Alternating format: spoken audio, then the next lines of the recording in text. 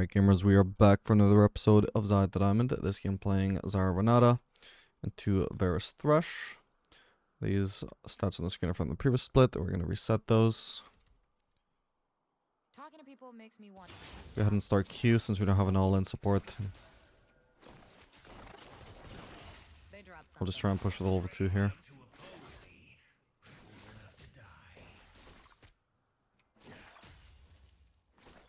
Doing so far, so good.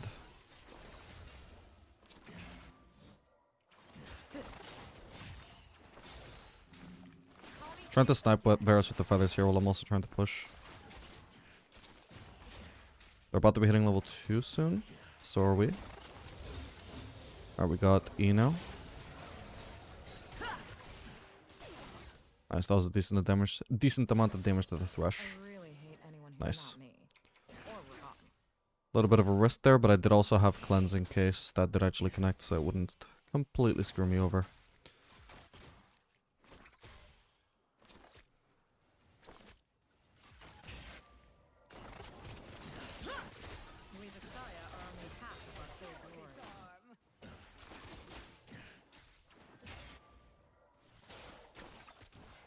Wait, really? How did I not get that? Oh, because every minion in the wave turned to focus it, right? Minions be funny like that sometimes, don't they?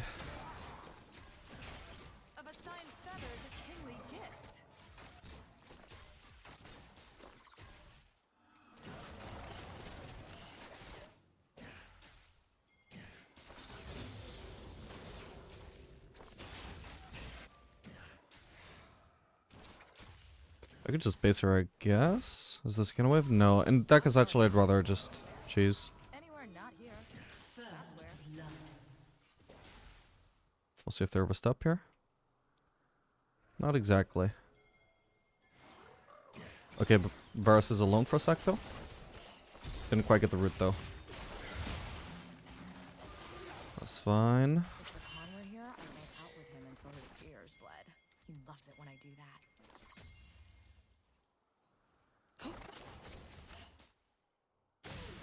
We need to join in here, make sure our team wins this.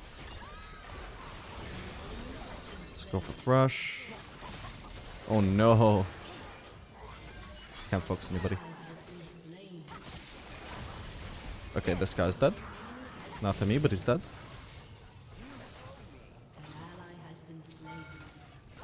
Nice, huge.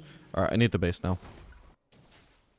Wave stat isn't amazing, but I get 2 assists at least to compensate, and overall should be massively worth for our team, even if it's slightly bad for my lane, potentially.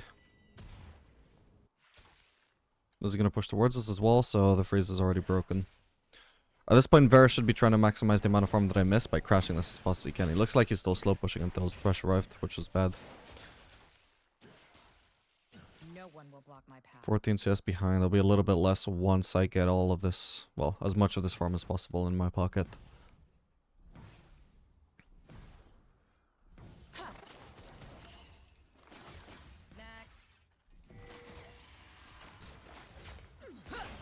Okay, that's fine. Fuck. Okay, we're 9 CS behind.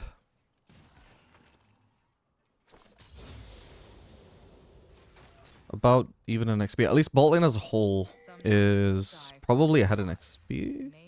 Because Thresh seems to have missed out on a lot. At least both me and Renata are level 4. Depends really how ahead Varus is into level 4. I didn't really pay attention to that.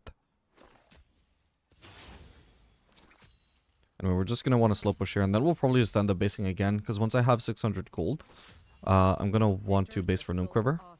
Thresh is currently roaming, so we want to be walking forwards here and just making sure we zone Varus from as much XP and farm as possible. So Renata, this shouldn't be a 1v1.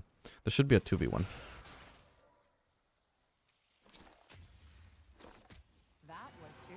Works better if she stands forwards with me. Okay, we'll go ahead and place a ward so we don't get ganked by Kha'Zix. And we need to just focus on crashing this now.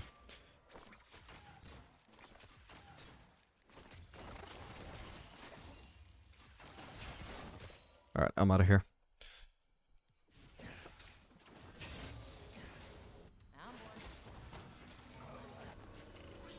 By the way, if I'm going to be running Triumph instead of Presence of Mind, I should probably be running Inspiration. With free boots? No, sorry. Yeah, with free boots, but also with Biscuit Delivery. So I actually have some mana sustain from that. Both, like, actual immediate sustain from eating the cookies, but also long-term extra mana to cope with not having Presence of Mind. Because we end up getting 120 extra max mana from the cookies. That can help a lot if you're not running Presence of Mind. And overall, I do not think the Presence of Mind is obligatory on Xayah, even though she is very ability based. Her mana costs are not actually that high, and neither is her like cooldown spam ability. But it is obviously very important on her. She's kind of useless if she doesn't have abilities, so some mana is nice. This could be good. Okay, it's a decent trade at least.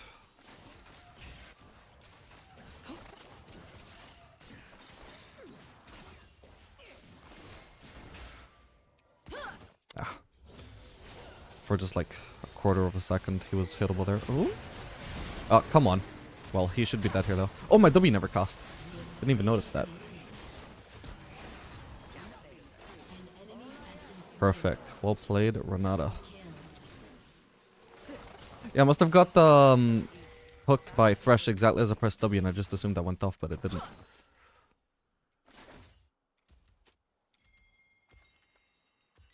What am I even building here, by the way? I didn't really put any thought into that. It might be worth looking into whether Essence Reaver is viable on Xayah, now that it's been buffed so hard in recent times, but obviously I've already started with the nuke over this game, so not going to be doable this game. Unless maybe we want to try it out third item, but I think that's a stretch. I suppose we can always just try out the static shift here. I'm not that bothered about the Kerchase shard though, so we're just going to go straight into Berserkers. Static Shift could be quite good on this patch just because of how cheap it is. I'm willing to bet it's probably going to be the best choice, but I'll look into more data later. For patch 14.4 specifically. Like they know what to do with it. You can try and get this guy.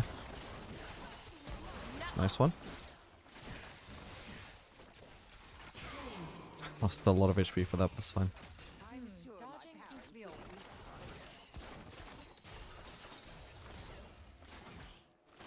Like I was just being very greedy for the cannon. It's important not to let that go unpunished.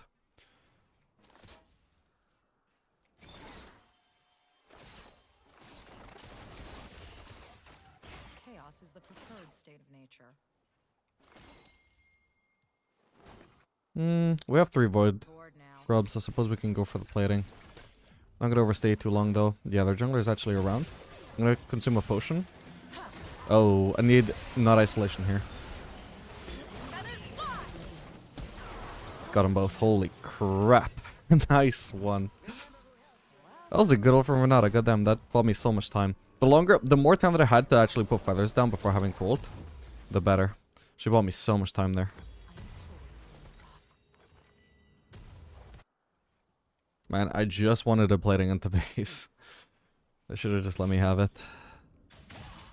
That kind of gank might have worked if Varus was actually in lane. They were like really reaching to try and punish a 2v2. No guarantee that they win a 2v2. There's no advantage there. Especially when one of them is a support who doesn't provide much damage.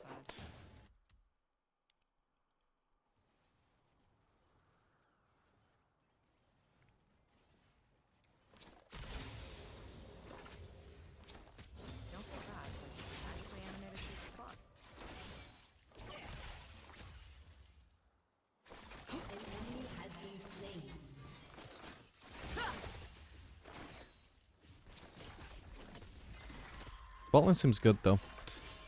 The Renata ult gives me a lot of time to set up my feathers. And also the revive also gives me more time to stack them up and burst somebody down to get the revive off. Oh, wow. That's an early surrender. GG. Alright gamers, we are back for another game of Xayah at the Diamond. This game playing Xayah Seraphine into Vayne Amelia. Alright, they're already going to be off to quite a disadvantage here since we didn't have deletion, they did.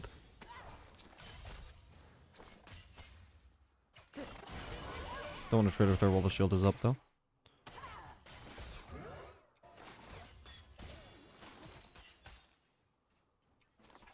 Nature is wild and untamed. Getting some good trades in there. Just trying to play catch up here while I don't really have to prioritize pushing the wave anymore, so. You can see I haven't really bothered pushing the wave much ever since she arrived in lane, mostly just on trading. And we still beat her to level 2, and we have a small HP advantage. Even though Vayne level 1 probably really should beat Xayah level 1. Oh, and that's tremendous.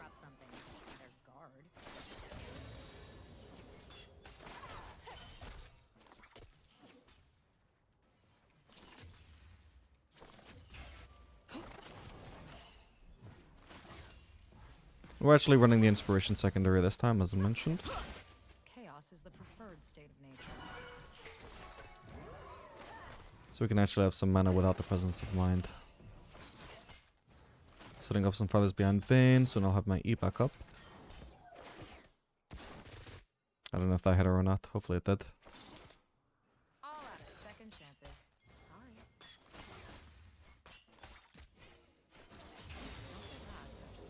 Animated sheets of cloth. Still haven't consumed the potion. So like the HP lead that I have over Vayne right now is much bigger than it really seems. Setting up more feathers. Nothing else, I'll just go for Melio there. Did a little bit of damage. Oh, not much because of his bone plating though. An enemy has been slain. Okay, we see the enemy jungler dying. Damn, I was considering running cut down this game, but I wasn't sure if that was going to be AP or Bruiser Shyvana. If it's Bruiser Shyvana, which it seems like it will be, could have potentially had some use out of that.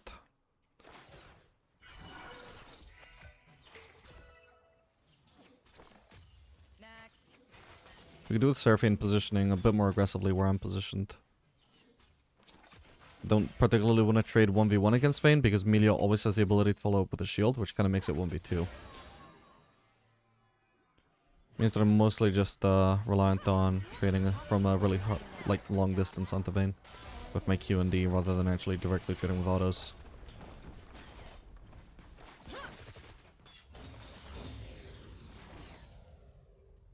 Well, that's fine. Gets the job done. It's not the most satisfying. I will want to definitely place a ward. We know Shyvana died. She might be coming back bot side. She started bot side. So the first camps that are coming up are bot side. I'm guessing by now she, would have had time to clear her golems. I don't know if she cleared her raptors as well, but... So she might go do... She's definitely done at least the golems right now. She might do raptors. It's very likely she'll return to bot lane from here if she's just done raptors. So we can go back to playing super aggressively. We have plenty of vision anyway, so we should see. I'm wrong. An ally has been slain.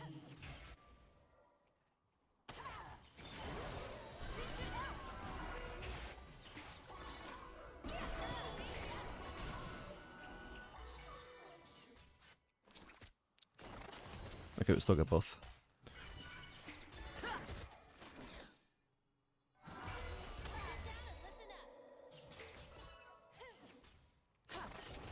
Ionia's meddling birthed our rebellion. Good henchmen are hard to find.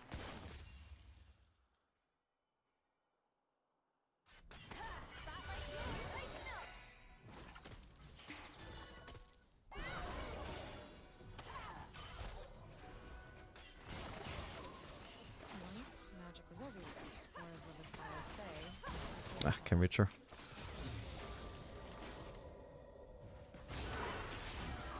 Why is she doing that?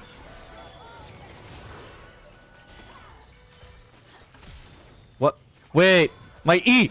Holy shit! Okay, that was so insanely lucky. Holy crap. What? I don't know why my E didn't go off. I E flashed, but my flash went off and my E didn't. Was it on cooldown without me noticing? Maybe. Anyway, let's leave this wave here. This is going to cost Vayne a lot of farm if we do. It's already pushing towards us. It is, right? I hope so. If I'm wrong about this, this is embarrassing. There's more...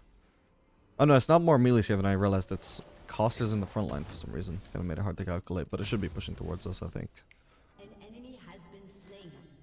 Anyway, I've taken a look at the data. It seems very much like I was probably right that Shiv could be the best right now. Oh, actually, I might as well do dagger here. I forgot I'm doing magical boots this game.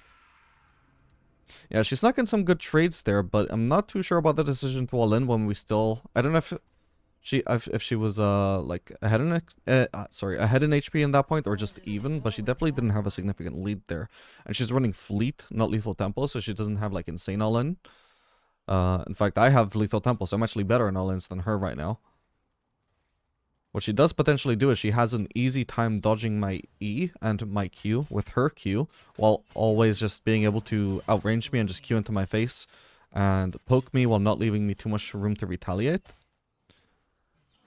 But that's just poke. That doesn't really say anything about her ability to all-in me like that. She's playing a Q poke based playstyle, I'm assuming, if she's maxing Q and playing with fleet. Oh, my bad.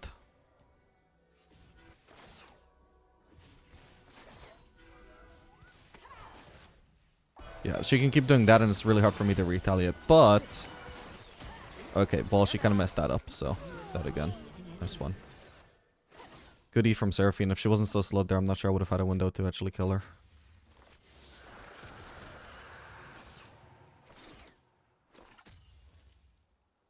An ally has been slain. She also messed up by actually cancelling her auto attack. It took her forever to actually get in range to auto attack me. Which gave me a lot of time to retaliate, as I was just saying that it doesn't leave me much time to retaliate.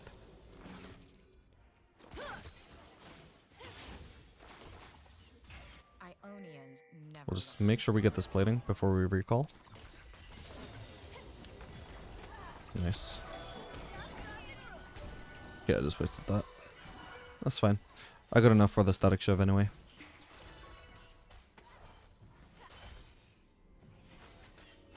Which will help a lot at actually being able to poke the Vayne from outside of her range.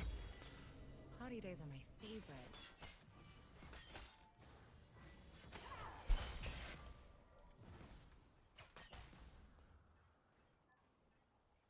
Rampage.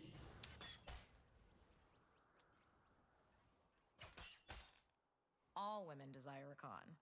Like they'd know what to do with him.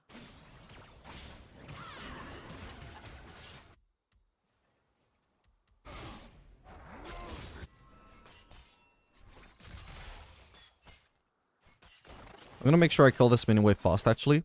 Now, I want to give you 5 seconds so you can think about why I would do this, and the answer is probably not what you expect. It's not some like insane macro reason.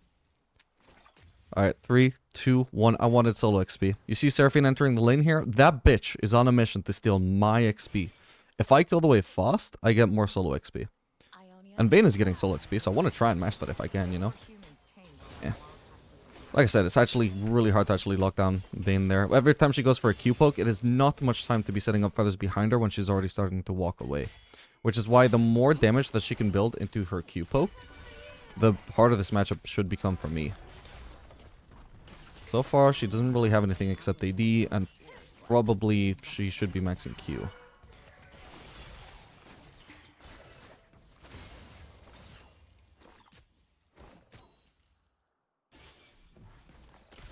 Where's Melia, though? That's not Melia. Didn't quite get a root there, but she is overstepping. Ah, but she actually gets away. That's so sad. I have a lot of feathers behind Shyvana now, though. If I can just use them in time. Okay, that works. Nice one. Ah, that is so sad we didn't kill Vayne. I just entered auto attack range exactly as her stealth came up as well. Okay, she's choosing to stay. I guess Melia was AFK for a while. I need Seraphine to stick around close to me. Like, if I had not respected the fact that I saw Seraphine walking away exactly as Vayne got the Melia W, I would have been hit by a free Vayne Q there. And it would have been terrible for the trade because I wouldn't have had Seraphine. Like, she is literally the longer range one of us, by the way, right? So she is the one that can actually most match Vayne when she goes to poke me from outside of my range. And she's the one that abandons me while Vayne is walking forwards aggressively. She's the one that's supposed to punish that hardest. Alright, we will get the first turret here, though. should be able to shove in another wave. It's a little bit risky, but I don't believe we should die for this. Like, even if Shyvana shows up, I don't see us dying here. There's a chance, but I'm not seeing it. Oh, that is AP Shyvana. What the hell? I should do PTA. I'm sure you're meant to do Dark Harvest with that. Maybe it's a new playstyle. Bursty melee range AP Shyvana.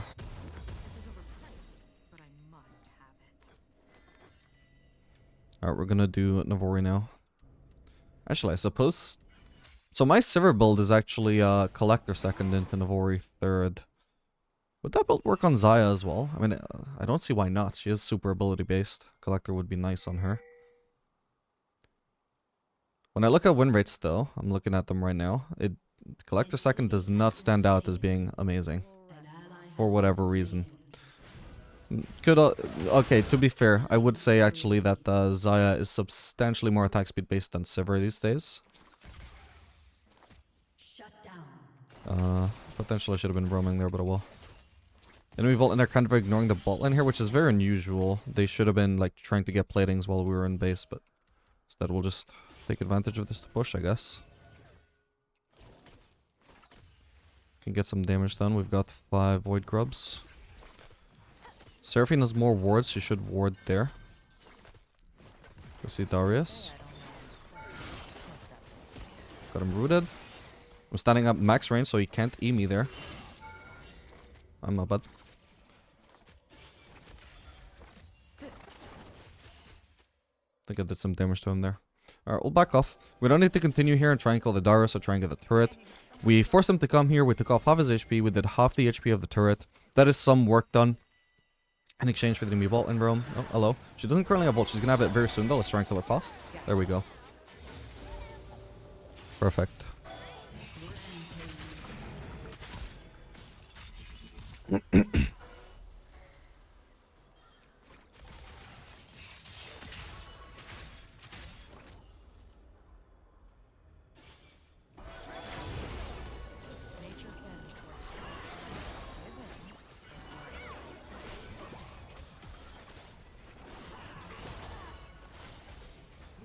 Nice.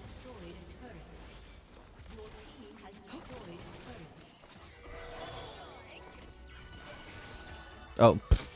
Goodbye, my cannon.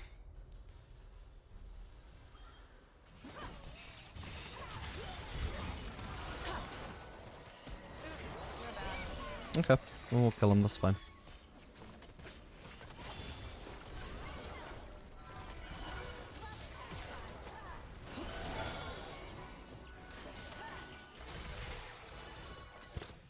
See, I can, at most I can do one auto attack whenever she keys forwards like that, and it's just not as much damage as her auto attack. We're lucky that we got so ahead in the early game, because this matchup should have been really bad, should have been progressively getting like worse and worse as the lane went on. We're also lucky that we didn't have to leash level 1 while they did.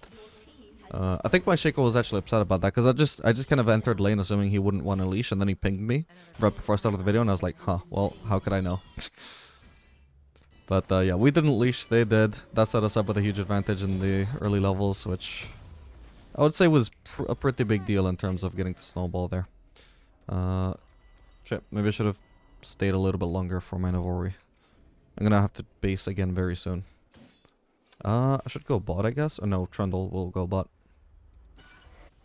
If Alcima would have TP'd, he could have prevented the turret going down and potentially killed Darius if he greeted. Like, he could even TP flank anywhere. Like, yeah, it's a bit odd that he's not TPing there, but well.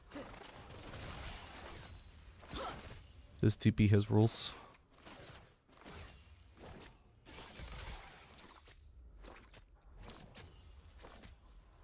And now we immediately base again. Immaculate macro.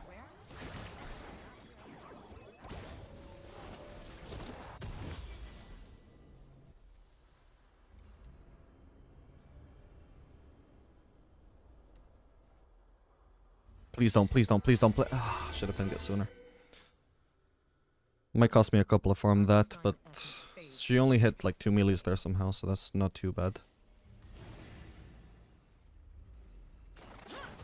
Okay, it only cost me 1 farm. Nice. She tried to cost me more than 1 farm there, but it didn't work out. Still got them all. I want to go for the red, but we should just go straight to the Drake. Especially now we see Shyvana knows about this. We can force her off the Scuttle Crab too. Make sure we get the Scuttle Crab for ourselves.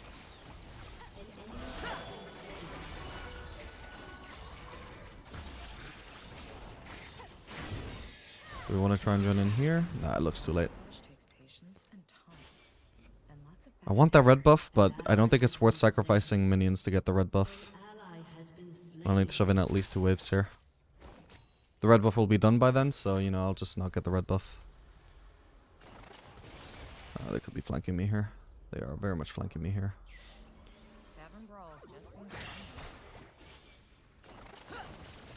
Not actually poking there, I just want those lost hits. Please just push. I'm fine. Cost me the cannon though, that's really annoying. At least she has no ult now and we have some sustain from the Seraphine. And my refillable. Drake is going to be up in 50 seconds. Do I want to base for that? You know, I probably do.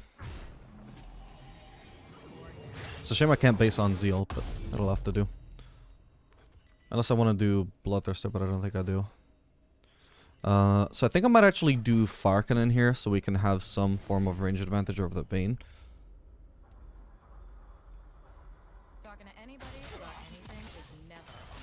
Did I say Phantom Dancer? I meant Farkin. Phantom Dancer is what you would usually build. Hopefully he's fine there. Alright, Drake in 17. Seems like my team is on top of that. Nice one. I was thinking she might get greedy there. Alright, let's get it.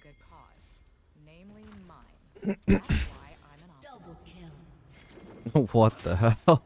Dude, that HP is so insane. What the fuck? Let's get it.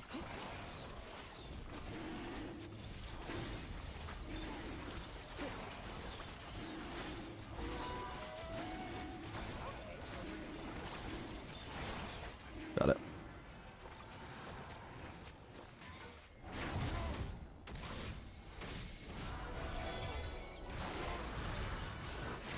Oh, my ghost is overkill here, actually. Hey, but it got me a kill. Can't be too bad then. Potentially we can push this turret. Seraphine, you have no reason to be using AoE in the waves. Oh, we got the Herald. Perfect.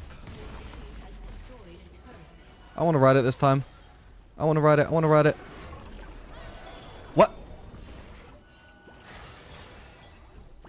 I don't have my cam on, but I'm face palming right now, guys. How do you aim that then? That was I was literally aiming to the left. That doesn't even make sense, man. I want to see the replay. I'm just gonna recall. I want to see why the hell that didn't work.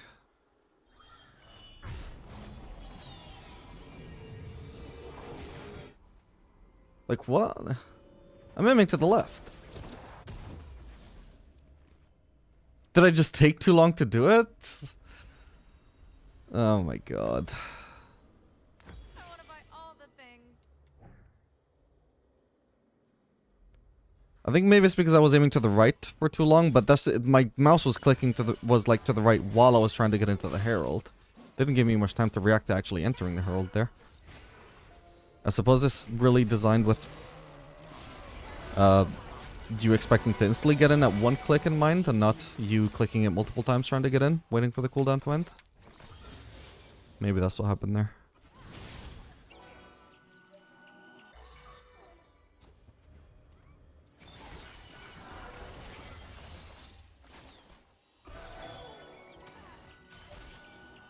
I have very nearly got fire cannon. Ow. Oh. Oh, my W didn't go off. Oh my god, there's a lot of people here. Oh, you're kidding me. Fuck's sake. Okay, that was terrible though. My bad. I didn't realize we were so outnumbered there, my bad. Yeah, we're completely alone, weren't we? Well, there was Salas in the area though. Oh, and he ran into Shyvana. And Shyvana walked right past him while he walked right past her. So, yeah, this Shyvana behind me, that's who I assumed was my ally. Because my ally was behind me, but he changed places with Shyvana. Oh no, my bad. Better map awareness would have solved that. Awesome, I would have ulted just to preserve myself all that HP. That was a nice vacation from the tedium, but But nothing good can last in secret.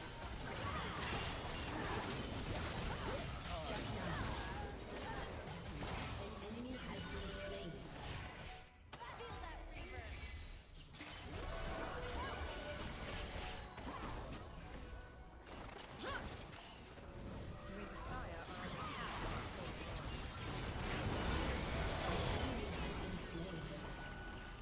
full I won't go too aggressive on Dane. Whoa. So hard to actually do anything to her when she's perma invisible.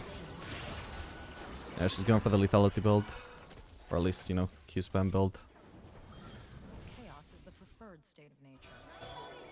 You can do the fleet with Q max setup with Charforce as well, so you know you can still do it on a majority like DPS focused build, but then there's this build which is based on just having permanent uptime on Q, so you're permanently invisible.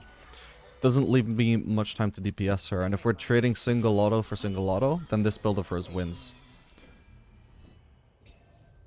So I'm gonna have to just walk away from her anytime she's ulting. Unless I'm confident I can one-shot her. I mean, I do have a lead, right? So... Oh, I did. She actually just got 3 items. What the hell? I did have a lead.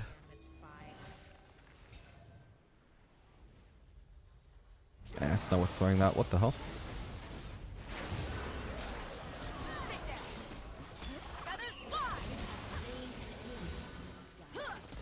She's got her ult back up. What the hell?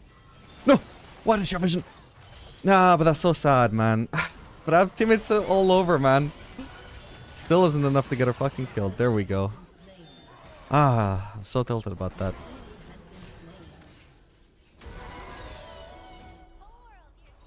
Okay. What was that ult about? Let's see that again. But I probably should have kept running, to be fair. But I definitely wasn't expecting her to get vision. I was expecting to get the fucking first auto advantage there. And the majority of the damage got eaten up by the shield anyway. She actually did a very poor job of even abusing that first auto advantage. I guess she was trying to not line up for feathers, but she can just Q out of the way. It doesn't even matter. She doesn't need her movement to avoid my feathers. She just needs her Q. Q to the side. It was really all actually the Melio that won that for her. She actually misplayed it. Shame.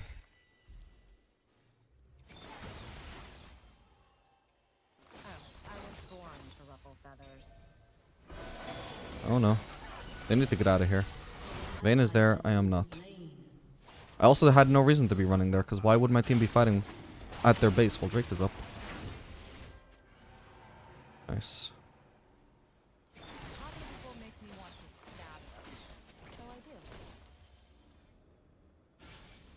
Good job, one more wave.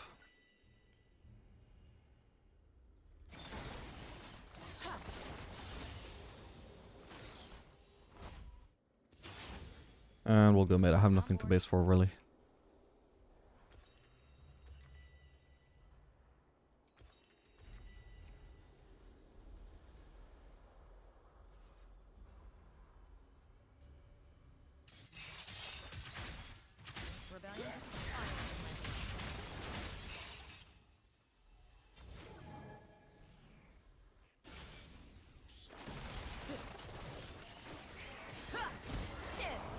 Nice one. Scuttle crab up very soon as well, but it looks like my team is going to make a play on top side. That means the enemy team might respawn top side. Obviously, I'm not needed for the Darius, but this seems to be where we're grouping, so I need to be headed top side, not towards the bot side Scuttle crab. Let's get rid of that for the enemy so that they can't use that to clear any wards we have. Or detect them. Ow, ow, ow. Ah, fuck's sake. Oh, my bad. I thought Vayne was stepping through there. Nice, that's huge that he was able to kill her. Shit, they were able to kill her.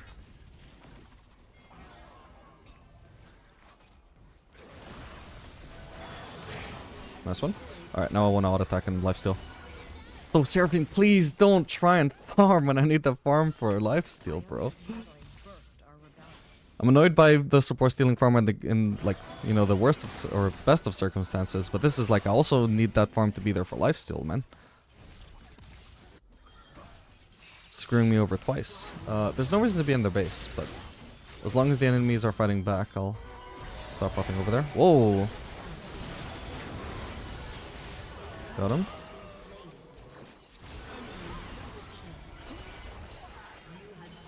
Oh, fucking Vayne is back. This flash was so trolled, but am I gonna get lucky and it actually does something? What? That is so crazy. Oh, she almost stepped around the map as well. Alright, I guess I'll get the Scuttle Crab just to make sure the enemies don't... I need to back off, like, somewhat anyway, just to make sure I'm in a safe spot to base. May as well extend it slightly to make sure we get Scuttle Crab and the enemies don't. There we go. That is so unreal, by the way. That flash was a huge misplay. It was complete, pure desperation. No logical thought behind it at all. I cannot believe I survived. I think she hit me with one auto, and I think that auto maybe just didn't crit. Oh no, actually. She didn't actually get an auto attack off on me here. Oh, wait, did she? I can't tell. Like, I feel like she should have been... She hadn't hit me with her auto yet. Like, here is when pretty much when I chose the flash. How could I on earth expect to survive that? That is so insane. Her Seraphine shield must have been huge.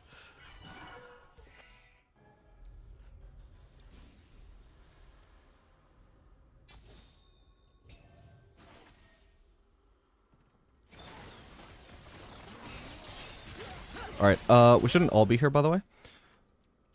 By the way, Silas, you asshole, you could have given me that. Or let me have it, rather. Obviously, I get the red buff anyway, but... Bro, I farmed it. Let me have the last hit. Anyway, we can do Baron. Trundle, split push, that's fine. Rest of us, let's get some Baron in doing.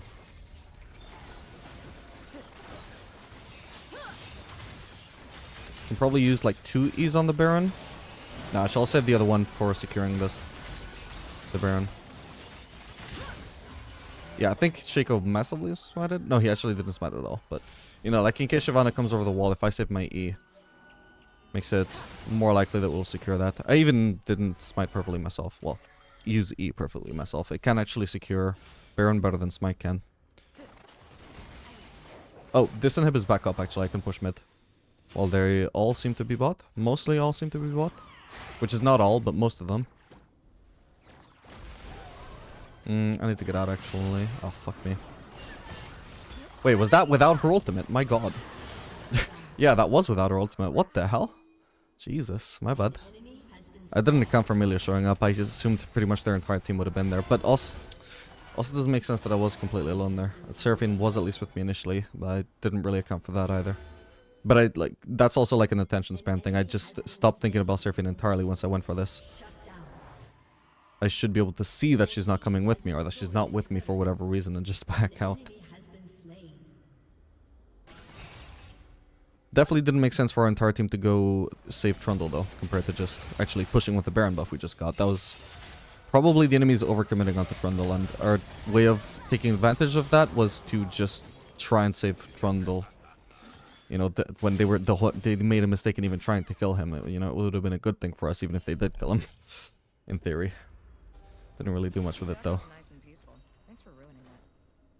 We'll just go for QSS to be honest. The Syndra can be really annoying with her QE, and they don't really have any armor, so I don't really need to maximize my damage here. Having QSS will save me having to ult the Syndra, ult for the Syndra as much, and just use my QSS for her ultimate only. Because the only way I could have played that kind of situation better, if I, you know, besides just being such a mechanical god that I could just always dodge Syndra QE. Can't steal this. I've got ult back up, but I think I'm screwed here, unfortunately. Yeah, fuck me, my bad. I wasn't really thinking there. Yeah, the only way for me to outplay that, compared to just being a aside from just being a mechanical god who just never gets hit by Syndra QE, is to ult her QE, which means then I don't have ult for her ultimate. So if I can just have QSS for the stun, then I don't have to care too much about the burst so long as I can dodge the W, which is a lot easier to dodge. And then, yeah, obviously the situations become a lot easier to navigate. Anyway, we need to focus up here. Enemies shouldn't be this into the game. We should have a much bigger lead. Should not be giving up Drakes. Oh man, he's kind of stuck. Jesus. Not bad. He nearly had Zani's up as well. He could have made a huge play there if that was up. Oh, I wasn't finished with these fools yet.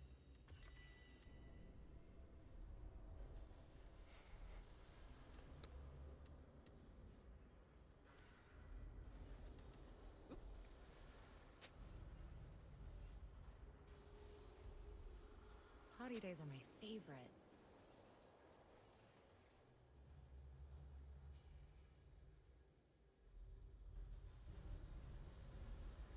Nothing here. I was checking for the raptors. I'll go for the scuttle crab. I need some farm here, but I can't go for lane farm. Every lane is overextended at the moment.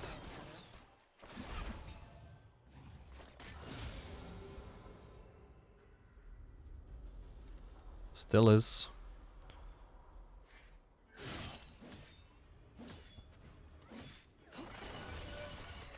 Nice kill him for me. For once I don't mind the surfing took the rest of that because I wasn't gonna get it anyway. We could cheese here since we know they don't have vision. Oh, they're going for Trundle. Maybe we just... No, okay, it's done already. Oh, hello. Ah, but Shyvana, she just gets away so fast, even without using her ultimate. That sucks. Maybe Darius? You'd have to really misplay though. No, he's just trying to bait. Okay, so we're going to be 4v5 by the way. The goal here is to not fight. We are just waiting for the Baron to spawn. Our teammate will be up plenty in time for that. Maybe Darius if he's completely alone here. If he's completely in thing, we can try and kill. Otherwise, we just chill. So we see Darius going bot at the moment. All of us that are alive are all mid. So at the moment, it would be a 4v4 at worst. That would be fine. Also kind of just want to farm up for my Mercurial Scimitar before the next fight though. Basically before the Baron spawns is when I expect the next fight to be. Okay, this isn't up. I'll do whatever needs to be done. Twice. Just to be sure. Gotta help my Static Shiv remove the Edge of Night from Bane. I have no idea if that works, if that's how that works, but I really hope it is considering Ludens removes Edge of Night, which is really unfair. So it's really dumb if Static Shiv doesn't do the same. I could do with literally just one camp. Just one camp. It's not up though. Do with vision there. Okay, one wave. Alright, I can get out of here. That's going to be a huge upgrade. The upgrade from QSS to Mercurial Scimitar is actually insanely gold efficient. I've talked about this before, where if you're going to build QSS, you may as well upgrade it to Mercurial Scimitar ASAP. Instead of delaying it for other items, as people usually do. Since we're doing it final item, you know, obviously we're going to upgrade it. But yeah, I just want to emphasize just how strong an upgrade it actually is. Like it is real, especially it is a huge priority to base to upgrade that. For the record, the upgrade is 150% gold efficient. Even if you only look at defensive stats only and you don't take the 20 MR from the upgrade into account, I believe that's still like, was it like 120% gold efficient, which is still crazy good. Well, not crazy. It's like among the more gold efficient purchases you can make. Static Shiv right now, for example, is the most gold efficient ADC item, and that is 120% gold efficient. So, offensive stats of Mercurial Scimitar alone, you know, upgrading from QSS, are also 120%, so that's quite a big deal. Are the enemies actually doing Baron here? I can't tell. Yeah, I figured somebody might be choosing there. We could actually duo Baron, but no, we can't if they're gonna have vision. We could potentially get screwed over by Syndra. Honestly, I should have waited for the enemies to just go far enough away and then done Baron. Yeah, I honestly could have duoed it with Seraphine. She should have gone onto me. Oh, she might still live though. No such luck at least. Okay, we gotta leave. Didn't root anybody, that sucks. I don't have W right now either, I didn't get water attack much there. Maybe we just camp here. A ward there would have been nice, but she didn't know what I was planning.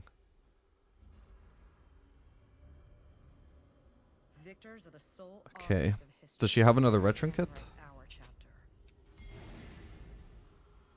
They're gonna get soul, unfortunately. There's nothing to do about that. But if we can at least do this safely. I pinged for trinket, man. Like, does she not know what I mean? Oh, fuck's it. No, we can't do it. She took far too long for this. I don't think they had vision, though, because I just used blue trinket. It would have been great to know in advance. Don't have time to lifesteal.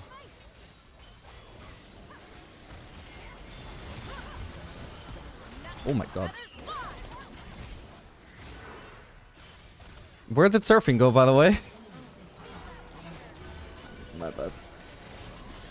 That sucks. Oh, thank God she stole it. Let's go. And we got Trollo splitting, actually. This could be really good.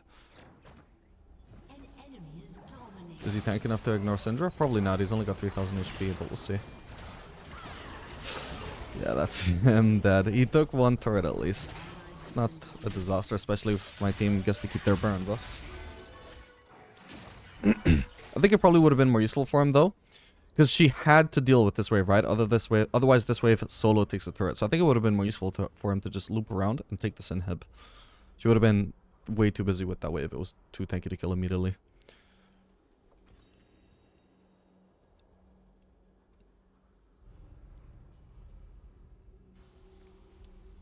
Maybe I go for GA here, actually. I think I'm gonna sell Static Shiv for GA. And then what I can do later on is sell my boots for another Zeal item, like Phantom Dancer.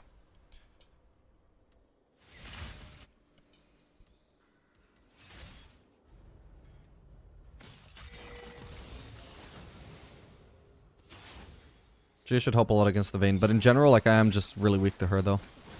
At least if it was DPS Vayne, then I do have a chance to just burst her down, but instead she's just perma-invisible. So I do need ally help whenever she's around. I don't need the last hit, by the way. I'm already level 18, full build. Can help him farm it faster, but I'm trying not to take the last hit. I do have a potential upgrade, of course, in my boots, but...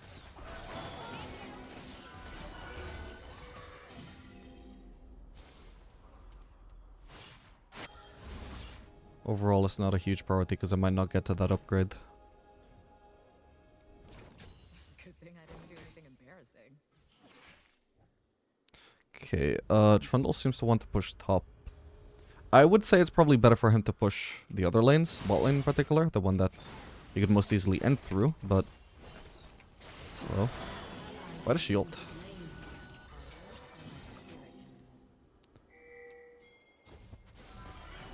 We can't walk into Vayne, we have to expect her to like walk into us. Ideally we should place a ward about there, where Vayne wouldn't have vision. Okay, she's gonna try and recall actually, we can cancel her base. Oh, okay, just back off, we can't walk into Vayne. Talking to anybody about anything is never on my to-do list. Seraphine without cooldowns is not exactly the help that I need to take down Vayne.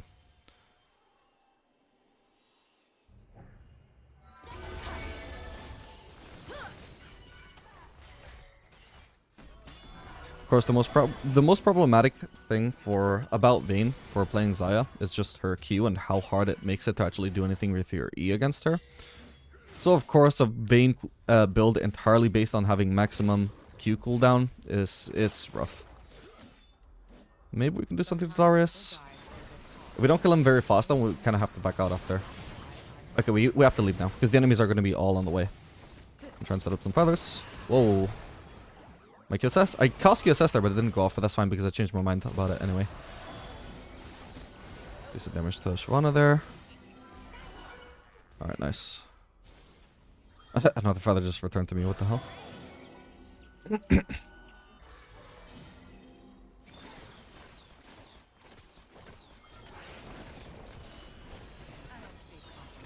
Sorry, Seraphine.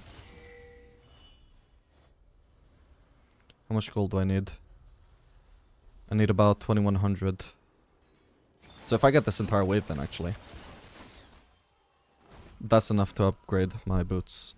But I could also pick up red elixir. I think the boots upgrade will be better though. If our existence Perfect. so Oh, actually it was 770, wasn't it? So actually it was more like 2000.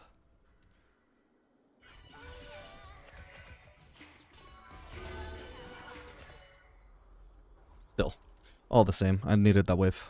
I don't really need raptors though. really hate anyone who's not me. As much as I still need like red elixirs, it's probably really easy to keep myself topped up with those after every fight, even if I don't farm. Just so long as I'm actually getting assists and kills. Because I can't really avoid getting kills, right? And damage is very high, I'm likely to get them if we team fight. I may as well shove another wave though, just for the sake of actually getting this wave shoved in. My team should be very careful here. And we should probably have Trundle split pushing top.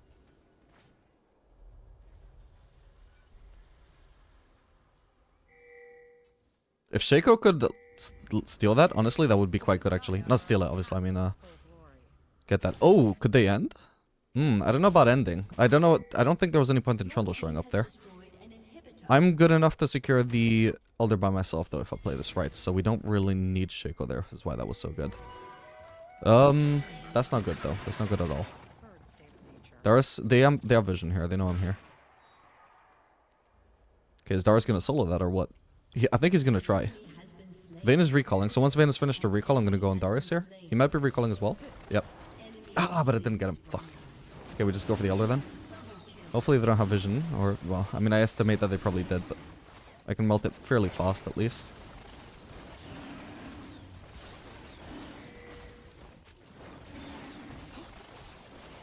Alright, my last D needs to be to secure it. Hopefully it comes up in time.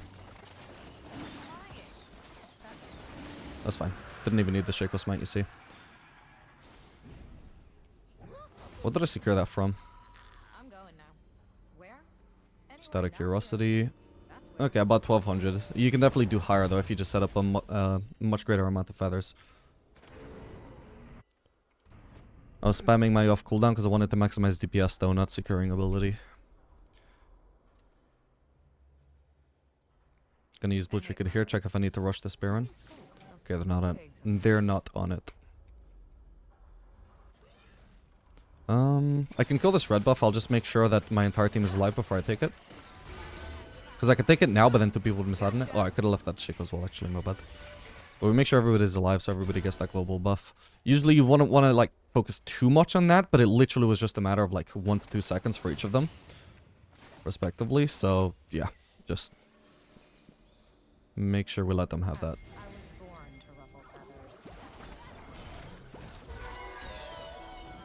Ooh, that's not good. Ooh, decent damage to the Syndra, though. Nice! What the hell? Oh.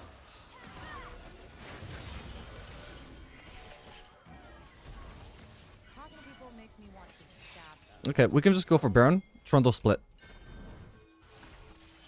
Go for Baron Trundle split! That's not go for Baron Trundle splitting. Fuck. Couldn't get my team to make the call in time. And now we're so split that there was not a chance I could go on Vayne there because of how split we were. However, I'll just start the Baron.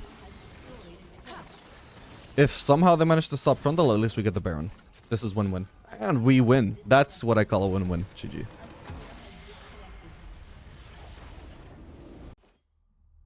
Compromise is so unsatisfying. Flash pussy. Okay, it doesn't accomplish much, but at least he did it. No fear.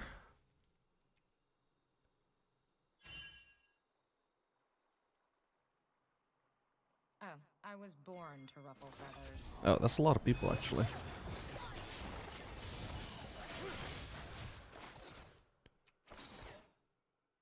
I think we won that trade overall.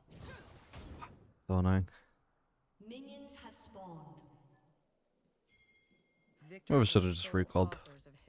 Definitely Maokai could have done with recalling at the very least.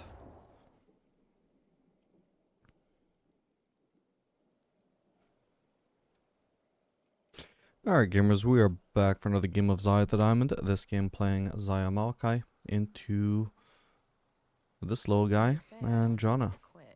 Like that's a weakness.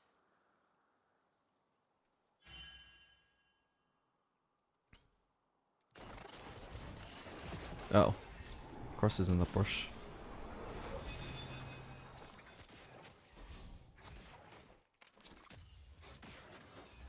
Okay, so we're going to be starting off at a significant disadvantage in this lane.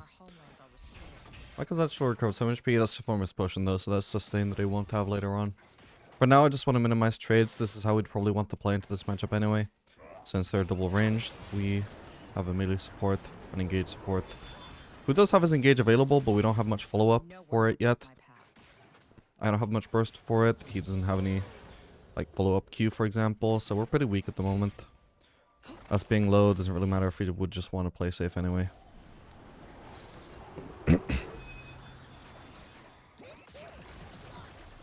All that matters The only sense in which it matters is that we're gonna be low later on once we actually would want to play aggressive still.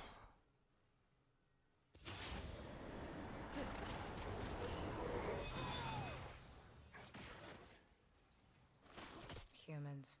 They're so very blind.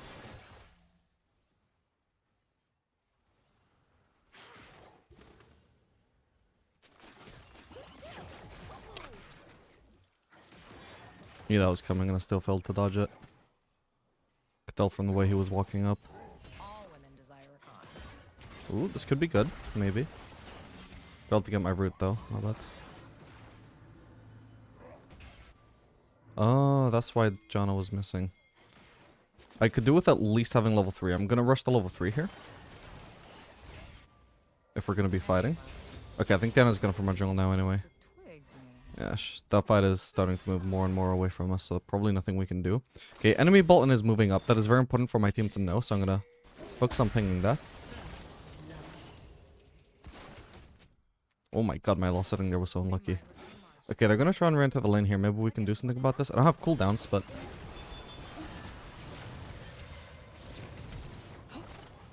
Okay, we won't be able to finish Molder, that's fine. Did decent damage at least.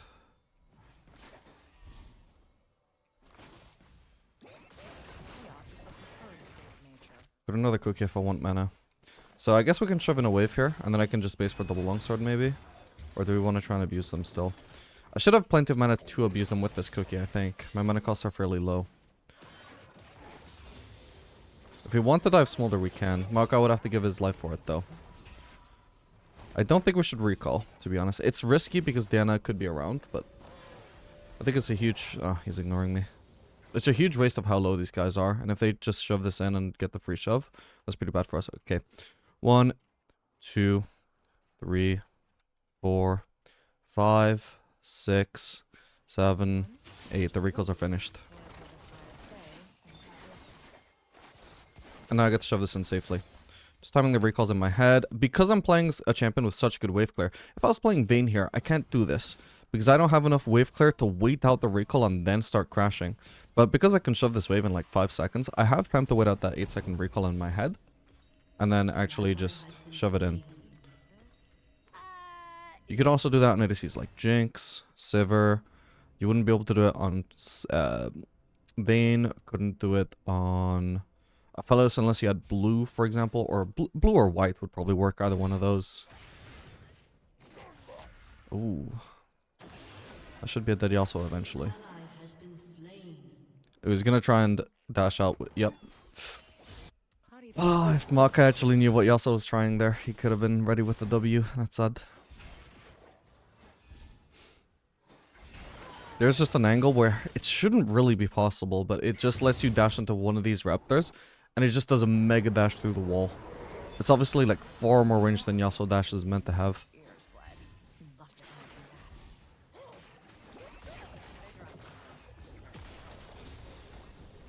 We're playing safe for now. I'm just trying to preserve HP for when Maokai is back in the lane.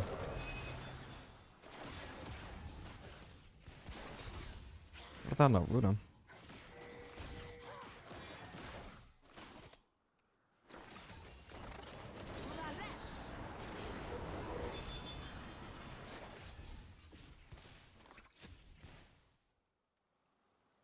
It's taking Maokai a while to get back into lane, but at least I'm getting a lot of soul XP here. You can see I'm basically almost level 6.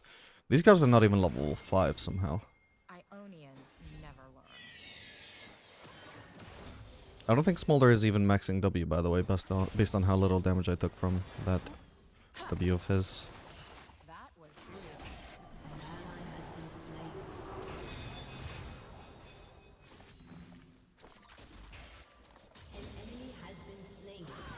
This could be good. Ah, couldn't follow that up with another feather to root. This is looking good though. I'm super close to being able to actually kill with ult. Okay, wow, didn't even actually need to use my either after I hit the Q. At first I'm not sure my ultimate alone would have killed, but I could kill him if I used E as well. I just wasn't quite in range to actually guarantee the E landing. That's why when they actually tried to trade back, that's when I started to go for that. But I also wanted to use my Q first, just in case I either failed the E or they flashed it or something. And in this case, it actually led to the ultimate killing by itself. After the Q. Alright, I'm out of here. Couldn't get that to hit him. Wasn't worth pathing super far upwards when I'm trying to recall here. I'm probably gonna miss a wave here. Because we chose to go for those bladings. I think they have vision there. He seemed very confident that I was in that brush and not in this one. Okay, I guess I'm gonna have to stay. Or, I mean, if I stay here, the thing is, I'll miss out on the next wave, which is a cannon wave. If I'm gonna have to drop a, like, I don't want to be forced to save for like 3 waves or 2 waves. Honest, be forced. You're kidding me. Does she have vision here? I thought she was channeling Q there. Thank God. Like, if I'm gonna have to drop a wave, I definitely don't want it to be the cannon wave. I can do this. And this. This wave is already on the turret, that's super inconvenient. It's because they crashed the first wave so slowly that the waves were still fighting on the turret by the time this next wave arrived. So I basically just dropped 2 waves for 1 recall, which is super troll. My bad. Usually they wouldn't have had time to crash in 2 waves. It's the fact that the first crash basically got them the second crash. Because of how late it actually crashed. Ionia used to be so nice. Before humans tamed all that wild stuff with magic.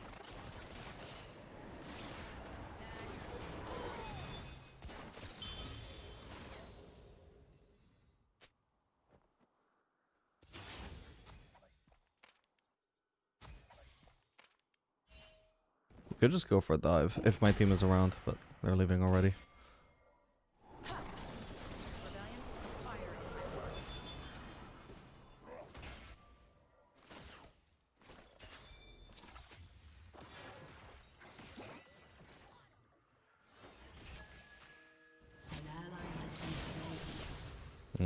We'll rotate over here. I prefer to work at night because it's fun, bright. Trying to stand outside of vision of the pink ward. Here we go.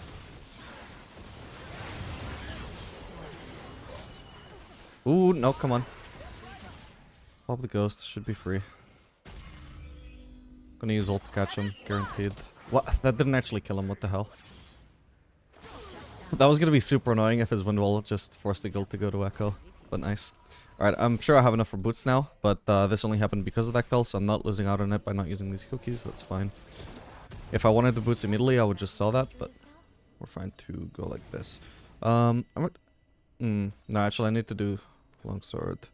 If I was doing... Oof, they're getting so much turret damage here, actually. If I was getting Kraken Slayer first item, I could consider doing Phantom Dancer second here. Maybe I could still consider it, but it's something that's probably decent on Navori ADCs at the moment, just because Navori itself is a lot weaker than it used to be. Is to just do Phantom Dancer second instead of rushing the Navori second. If your ADC uses Phantom Dancer well. Xayah does.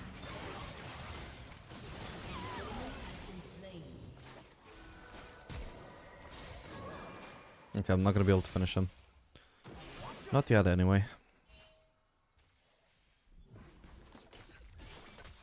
Nature bends towards chaos. Give in or break. I'll be recalling there, yep.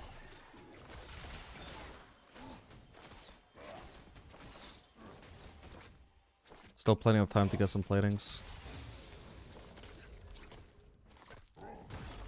Won't quite melt this turret as fast as they did, because I'm assuming they probably have 5. No, okay, they had 2 Void Grubs. That's crazy they got the turret that fast then. I'm not sure how they did that.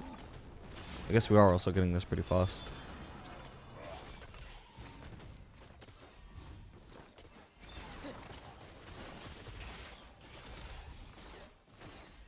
Ionia's metal birthed our rebellion. Alright, I'm gonna base. I got a lot of ones. No, actually, I need to join this fight immediately. Nice dodge.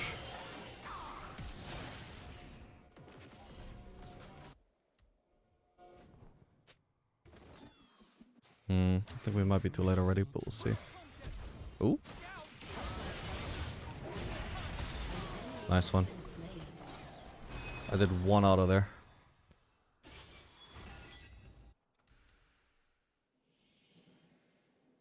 Trust me. Like, is there a more annoying ADC in this game than Yasuo for ADCs? I do not think so. Like, specifically for ADCs. Like, relative to... Like, Evelyn is obviously a really annoying champion for basically any squishy, but for ADCs specifically, Yasuo is disproportionately more annoying compared to other classes. Sometimes people die for a good cause. Unless you're Senna. That's Or fellows with red.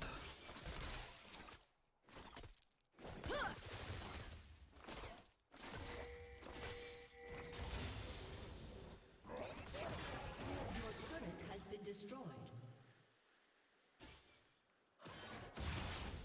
spiders are my spirit animal. I do need to look for a base soon, so...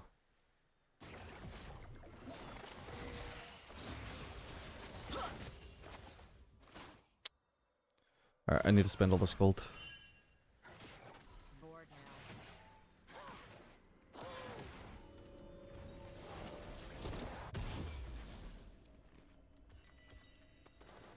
Is this ethically sourced?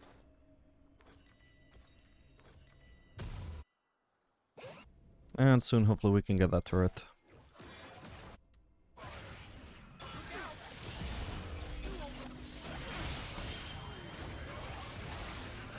Nice. An enemy has been slain. Stabbed. So I do. Okay, Smolder looking like he might be rotating. Gianna just walking up. Oh, I melted that whiff.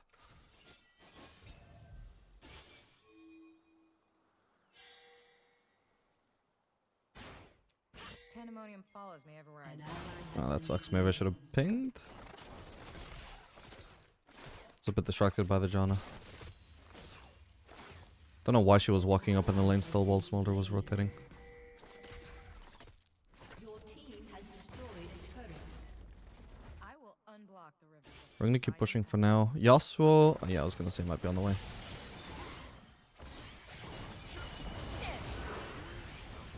He's got no wind wall now. He can charge up his Q on the minions though, which is really annoying. Yeah, I'm gonna have to back out here. Our team can collapse on me. Yeah, and in particular. Your turret has been destroyed. If our existence is everyone else's chaos, so be it.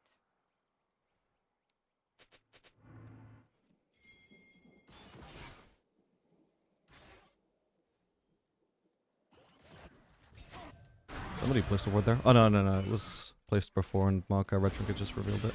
Talking to anybody? I'm gonna start pathing towards topside, but it's unlikely that I'll be needed or that I'll even get there in time, but... I may want to drop away for it. Nah, it's too late. That fight is over already anyway. Nothing left to do there. Fucking hell. Really annoying that I don't have vision there to fight back properly. Even with the blue trinket. Dominating.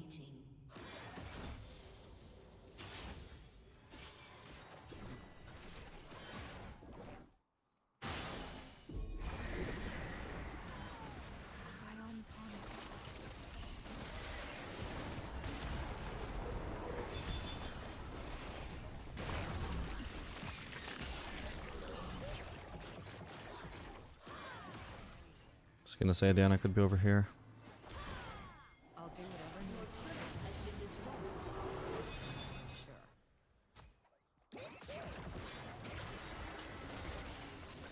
Sure. Smolder's at the 125 prospect, I assume? Yeah. Definitely not as ahead in stacks as he could be. Still quite a while away from 225. Oof.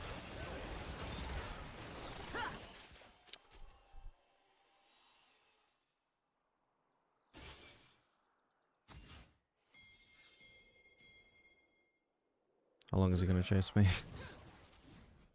I could do with basing. I've got enough for Navori now. If I don't take this dynamite. Doing this very slowly though. Oh.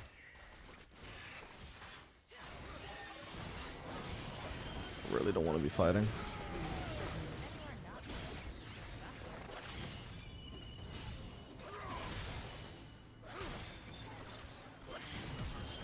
Nice one.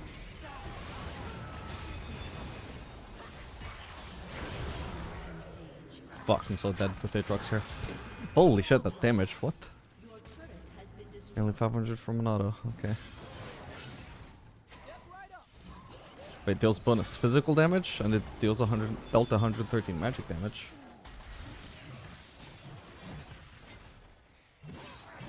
Where did the magic damage come from? No idea. Yeah, we shouldn't have been fighting there when I had so much gold to spend. Ooh, I wasn't finished with these fools yet. Could be a good fight here. Nice one. As long as he couldn't land the third Q on me and I had ult, so it was impossible, then there was no chance that I really die there. Could be good. Nice, huge. 2 shutdowns back to back. Yeah, let's try and get this Drake if we can. This wind wall is taking me out of the fight anyway, even if I was in position. I might need to ghost here. I should have ghosted. I was greedy. Oh, for fuck's sake. She reached me as well, my bad. I needed the ghost. He had this wave to try and reach me. Usually you would want to move to the side instead of like in a straight line away from Yasuo when there's a wave he can dash onto. But obviously there's this big slab of wall that was preventing me moving to the side, and I could only move in the direction where Yasuo can chase me. So I needed the ghost to prevent that happening. I'm surprised Diana actually reached me though. Like when you see how far away from me she was initially, it's kind of crazy she actually got into range of ulting me.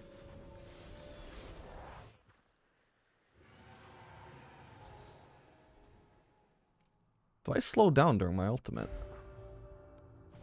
I always wanted to be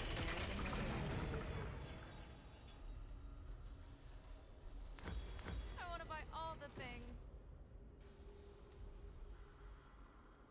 It doesn't say anything about it in the tooltip, but I don't see how else Diana would have reached me there. Because she initially wasn't in range to dash onto me before I ulted, and then I ult, and I'm ghosting, but she catches up to me? Like, how does that work?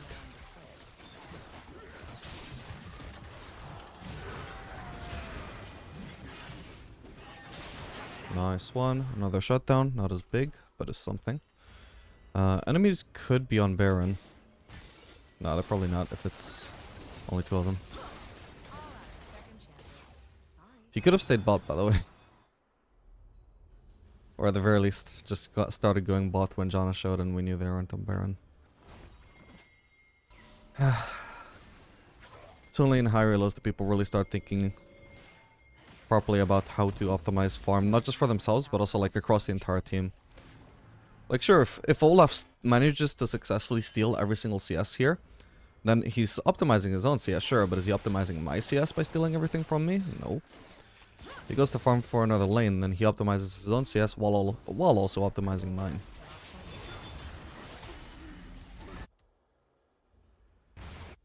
And obviously because there's no guarantee he can steal every single one of my CS, he's not even optimizing his own farm, but he's trying to.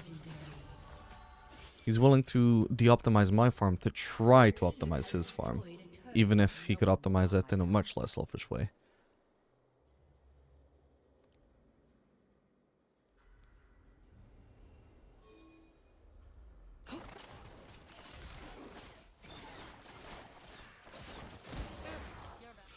I think we're just gonna have to defend against Aatrox. Our jungler is dead, so there's no way to secure that Baron. We can try and cheese Aatrox though.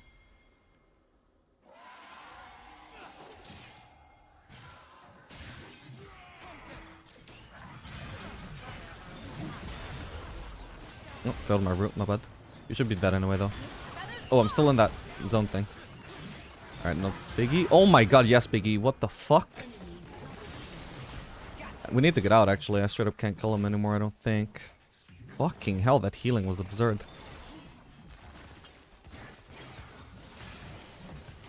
What is that healing, bro? Jesus, finally. And Makai ended up getting the kill. Goddamn. Wait, how did Makai kill Yasuo, though? Huh? There wasn't a Yasuo in this fight. How did Makai kill him? I think I must have tanked 1,000 turret shots by himself, but how did... I guess he ran into a sapling? I'm so confused. Oh my god. We'll go for Bloodthirster here. I don't think we need armor pen yet. I can't walk up to Diana here. If she has ult, I die, and we're not saving that inhib anyway. Have to wait for a better window to do damage.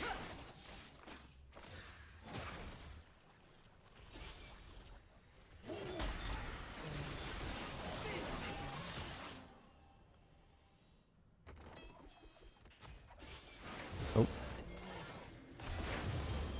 Ooh. Nice one, Makai. Huge shutdown for me again. Holy crap. These two shutdowns between the 1000 gold shutdown from Aatrox and the 1000 gold from Diana just now may end up carrying us this game in the long term. Once I get this Bloodthirster, that's going to be a huge impact. At the moment, it does nothing for me. Until I actually finish my Bloodthirster, it does not matter whether I had a 1000 gold shutdown or not. I hate flowers.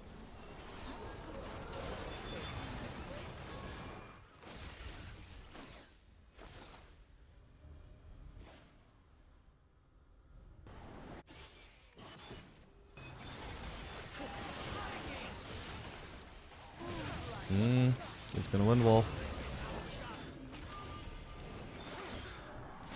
I would assume. I guess not. Might have been on cooldown.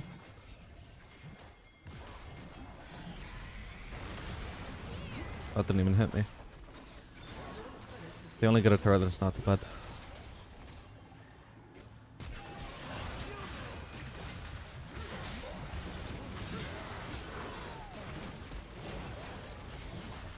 Remember, he's gonna get heals if my team die. Got him.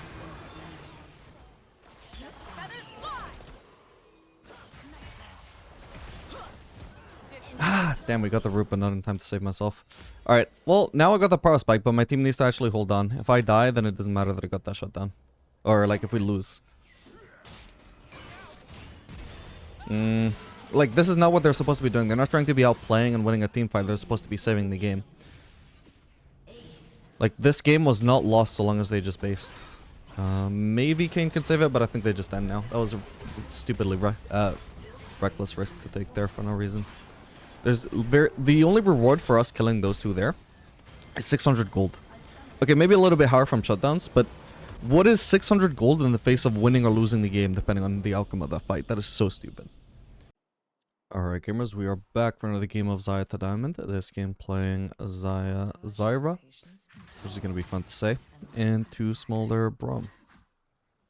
It's a little, shoving it a little bit hard here. We should be focusing on trading once we have a certain amount of push. I'm not actually all that good at pressuring under turret, and neither really is Xayah at level 1. Ideally, we'd have high auto attack range for that. I don't know why she's so determined on pushing. Like, do you think she's panicking like, hurry, hurry, they're gonna hit level 2 before us, please, you need to push faster. Like, chill, man. We're gonna beat them, clearly. Past that, there's not much point in pushing. It's just delaying the amount of time we get to pressure them. How much CS did we zone Smolder from, by the way? When all of the CS is about to land at their turret for him to safely last hit. That's a decent amount of poke, at least. Oof, what a clean juke. You know, I think I only got that juke because I've been slowly increasing my mouse DPI. I've sort of realized, back in the day, I used to play with something crazy like 3200 DPI. And at some point, like, I knew accuracy was like a weakness of mine, so I was like, you know what? It's probably a reason why most players play with lower DPI. So I just think it, like, decreased it over the years to like 1500. But I'm like, you know what my biggest weakness is still? Accuracy. Lowering my DPI did not make me any more accurate. And I've been playing with like 1500 DPI for years now, and I'm like, and I've been sort of like trying to think about this critically, and I've seen that since then that a lot of pro players actually do play with like 3000 plus DPI. And I've been like looking at the way I handle my mouse compared to others. Like some people, like navigate their mouse with their whole ass arm. I navigate my mouse with just my wrist, just very tiny wrist movements. So I can't really move my mouse across this across giant distances across the screen with just my wrist very efficiently if I've got 1500 DPI. So I've been just slowly working on increasing my DPI just very slowly while I get used to the slow increment. Hang on. He's dead. And I think I managed to get that juke there just purely because of how fast I could move my cursor there because of my increased DPI. I'm not saying you should switch to higher DPI, but there is definitely an advantage to it. There's like definitely a huge advantage in League of Legends just being able to move your cursor as fast as is needed. And if you can do that, whether you're using your arm or your wrist to move your cursor, then that's fine. What the hell is not in the brush? But recently I sort of realized, like, you know what? My playstyle, or my like literal.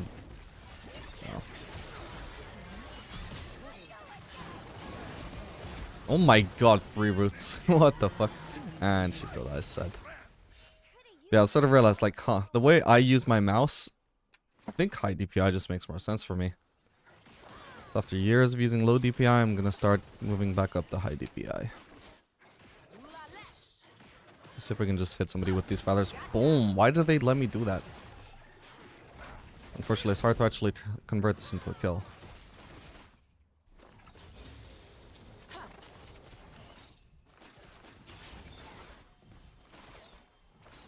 They dropped something. They're hard. An ally has been slain. Alright, let's try and crash this real fast.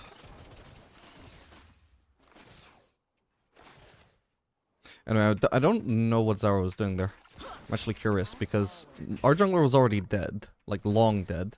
So what the hell was she doing in the river when she knew there was 4 people there?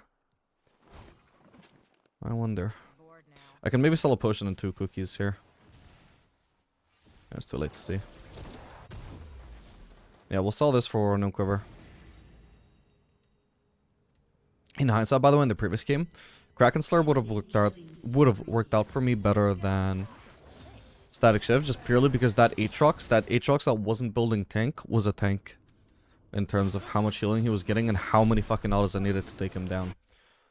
Pure hindsight, but yeah. I was getting so many auto attacks off on that Aatrox in a single fight that definitely Kraken Slayer would have actually had a huge impact in just making sure he died faster. No, probably won't need Kraken Slayer this game. It would be nice for the Braum though. So I'm probably just going to do Static Shiv, but we'll see. Maybe if I can afford Kraken Slayer on the same base as Static Shiv, then we'll do that. Otherwise, I don't really care. Static Shiv is still good. I just think in hindsight it didn't work out that particular game. Generally, you would obviously rather have Kraken Slayer for facing tanks. I'm going to leave this wave here. Ah, she sees me. I can, like, handhold Yi here, but we can't actually fight. Pandemonium follows me everywhere I go. It's like a puppy I once found. Remember, I can't actually set up feathers behind them, by the way. Oh, Jesus, where did she come from? Didn't see that coming. Yeah, that Braum blocks all my feathers. My feathers don't, like, disappear from existence, but they just stop in front of Braum. I can't actually hit him or anybody else with those feathers unless they walk in front.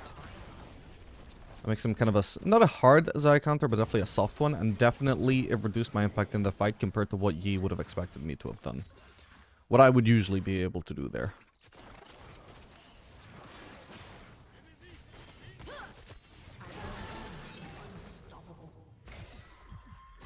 Oh my god. I'm gonna try and get out of here. Dude, I'm so close to level 6, that's so annoying that I don't have that. Let's have a look-see, shall we? Oh. She did that exactly as I did my thing. It's so annoying. Alright, nice one. Dude, that's so sad the Braum didn't die before, though. Actually, even him dying would have given me level 6 and made me be able to outplay Bara there. That's so sad. I really hate anyone who's not me. Or Papa.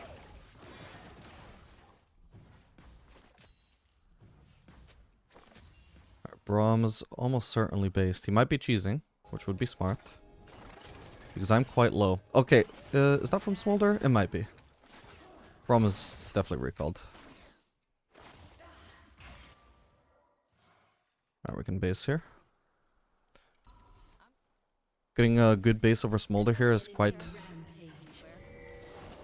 an achievement, considering how much lower than him I am.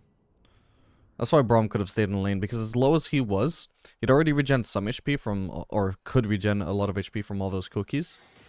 And I think he had already regen some from some potions or something. So he was only like as low as me. So that's not really an disadvantage him being low if I'm also low. And Xayah's coming into lane, sure, full HP, but Smolder's full HP, so it's like completely neutral. So he could have stayed there to help Smolder secure a good base. Fucking hell. I was too impatient there. Before humans tamed all that wild pack, they mindlessly marched right to their deaths, like everyone in Knoxville.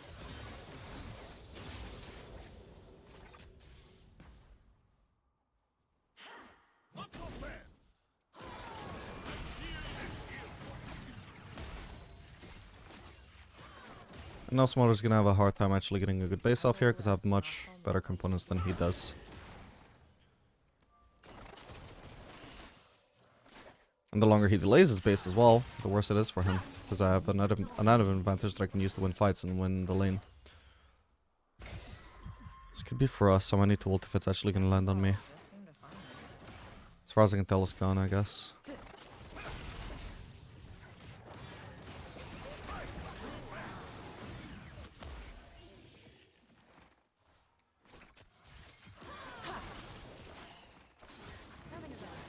But that was really easy.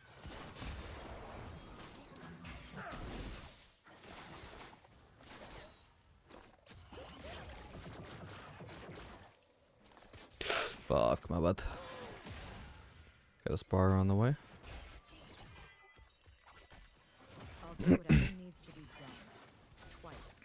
Just be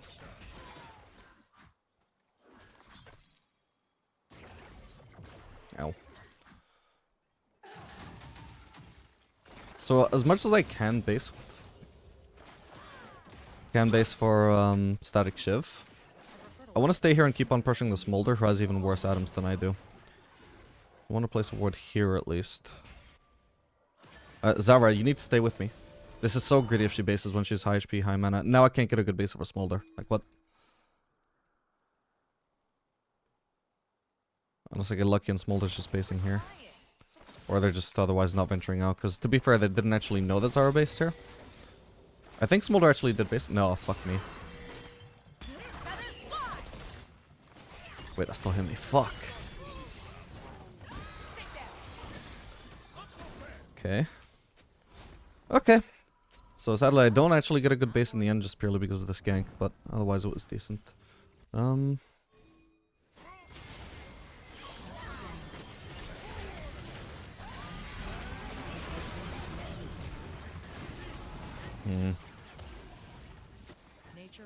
let's transfer this in.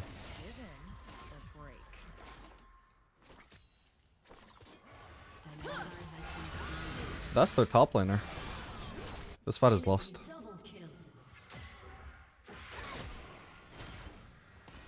I could maybe try and avenge. Oh, never mind. Whoa! She did not want to do that. I didn't think about the fact that she was forced to dive me there. Nice one.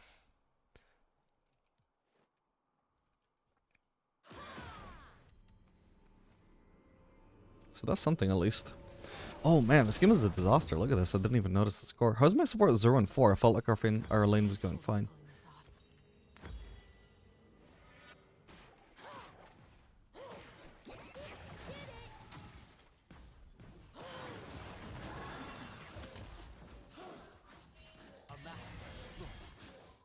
Hello? What are you doing here? Trolling, I guess.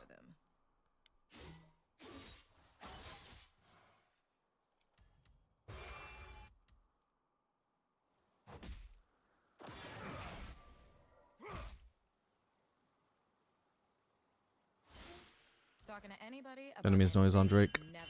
They might be about to die. Holder and Braum are moving over.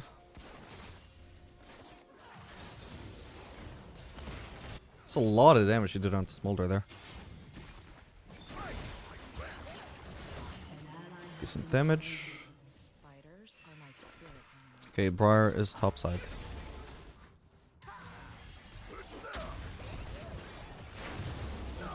Nice one.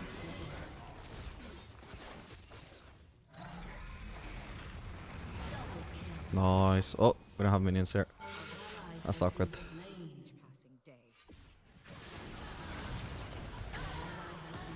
Not much fun moving over. I can tell Xayah's dead before I arrive there. But I might be able to kill a Blanc if she tries to go for me. I don't think she will though.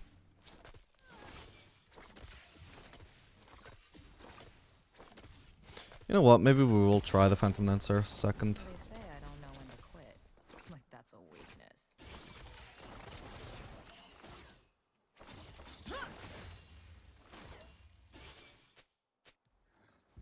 I'm not gonna be able to get that turret. I'm good.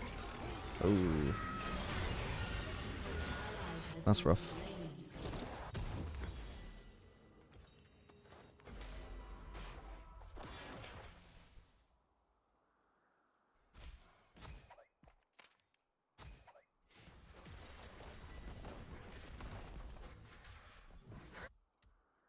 We Vistaya are only half of our full glory. This is really smart if she just waits for me. Nice. Looks like she will. She doesn't have ult to be fair, so it's not like incredibly likely to lead to a kill, but the idea is solid. Smolder has no idea she's there. He's gonna overextend for sure. Yeah, and if she had ult, this is a free kill. He might not die, but we'll see. I think we can kill him. Ah, failed an auto. I'm gonna have to use ult, but he should be dead. Perfect. Almost took one turret shot too many there. More than I needed to. You have slain an enemy.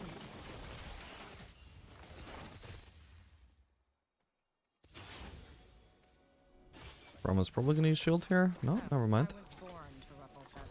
Yeah, that's something. Our team is doing a little bit better now, by the way. From 3 and 17 or whatever that was to suddenly having 7 kills. It's quite good.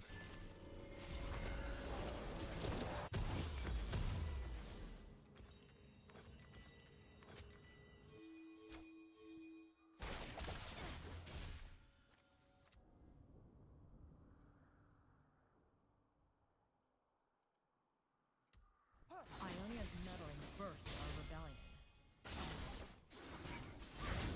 The Blanc and Briar are the 2 main issues on their team. Let's see if I can kill a Blanc here. Got her. Huge shutdown. Okay, I'm liking... I haven't even finished the Phantom Dancer yet, but the attack speed feels smooth as hell. What I've already built.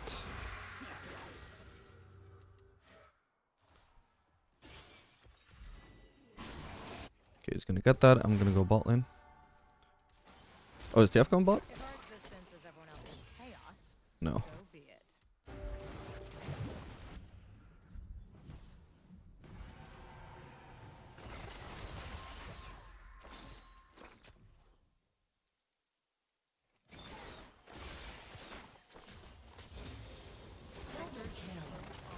History.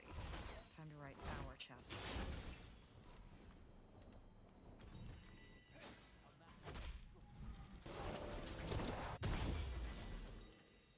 What the heck?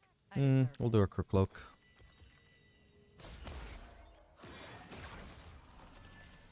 Phantom Dancer definitely scales better when you have the Kraken Slayer, because the attack speed obviously gives you a lot of Kraken Slayer damage, but still seems fine with this build. Nature is wild and untamed. Ooh, I did a lot of damage to LeBlanc there. Fuck. Sadly we can't finish her because of the Blast Cone. Or can we? Nice, another shutdown to me. Small one, but... Come on, no way I can't reach anybody for an auto attack, which would speed me up and give me more autos. Ooh, I went to ult. No, she came out of nowhere. Fuck, that sucks.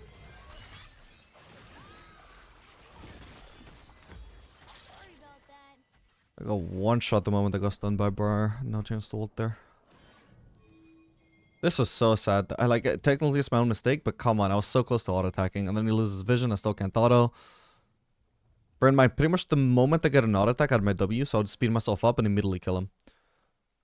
Delayed me so hard for like no reason. And God, that was a lot of bursts. Just Titanic Hydra.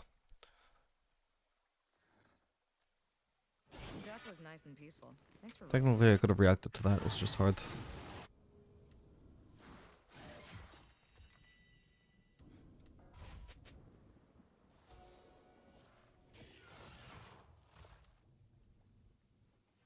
Hard, but doable. Rebellion puts the fire in my blood.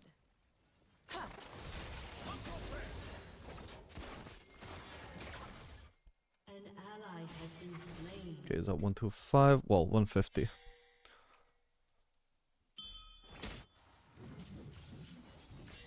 Chaos is the preferred state. Wait, he actually killed Briar. Holy shit.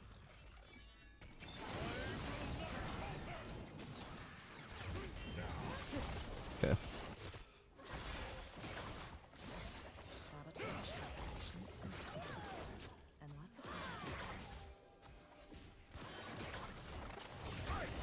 Ow. I'm pretty dead here, I think. I'll try and use flash to escape. I fucked up hard there though, my bad. Actually, I was gonna mention this at the start, but I completely forgot. Braum Smolder actually seems like quite a good duo, because Smolder can actually apply the Braum passive really fast with his Q. Because of his Q, he basically only needs 2 auto attacks to apply the Braum passive instead of 3.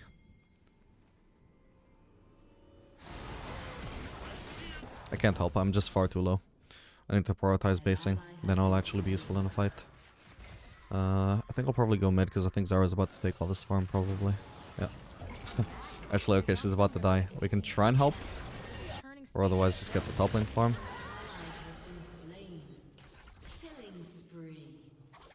At the very least, we know Briar doesn't have ult anymore.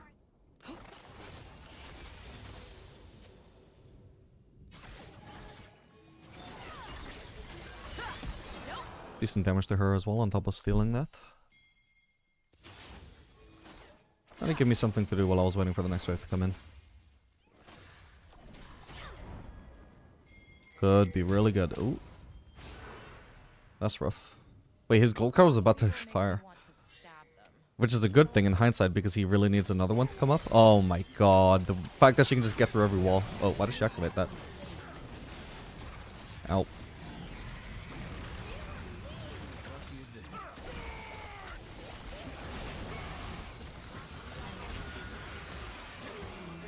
Oh boy. Your turret has been destroyed.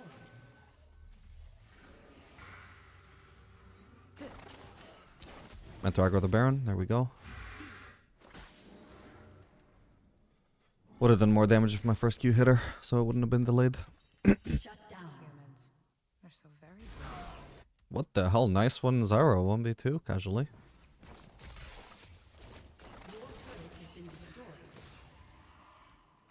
I need one more wave and then I can get a worry. I'll probably shove one more wave, but then I need to rush over to the Drake instead of recalling.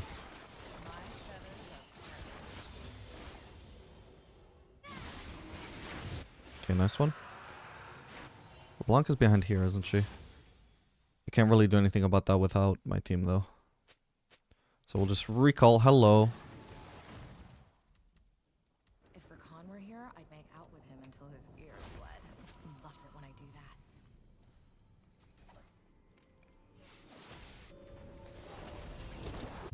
What about all the things? This game is definitely looking a lot better than it did at the start. I'm still pretty much the only person on my team doing well, but they all have kills, which is really what matters. So long as they're not all weak as shit, then there's a chance, even if the enemy are more ahead. Dude, I thought that was an enemy. It was just TF trying to steal my farm.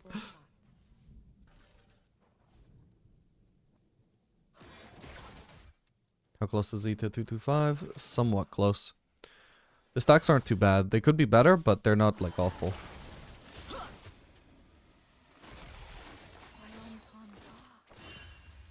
We're probably gonna do Bloodthirster again. Their team basically has a lot of poke between those Smolder Qs, Karma RQ, and even LeBlanc combos. Like if she just Qs forwards and just does QR on you, for example, that's basically poke. Ooh.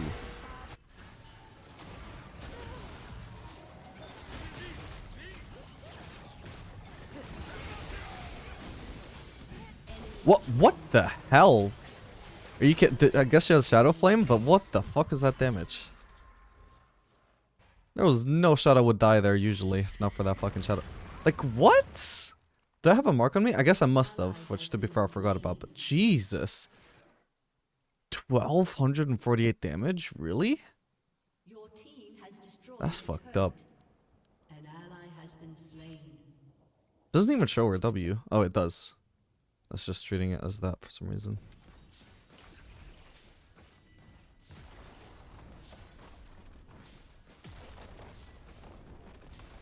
Maybe we do more actually. Nah, I can dodge LeBlanc's damage usually. That was both like a good play from LeBlanc. I just didn't, which I just plain didn't expect, and also just completely absurd damage that I also didn't expect, even if I had expected her to use W there. I don't think I ever would have expected her to just W there.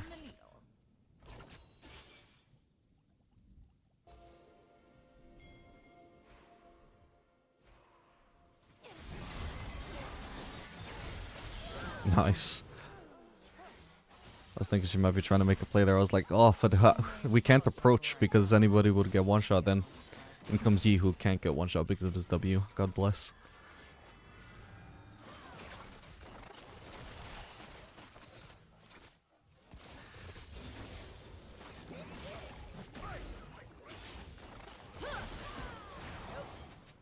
He's got Farkanen.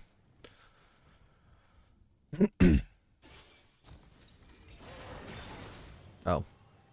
I don't know why pressing a steroid just randomly makes the fucking ward disappear. So unfair.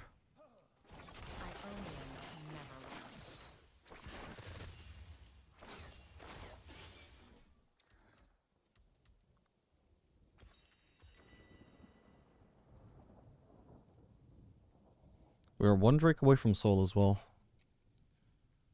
It would be a little bit risky for me to walk up here and try and farm. So good thing they're shoving it in.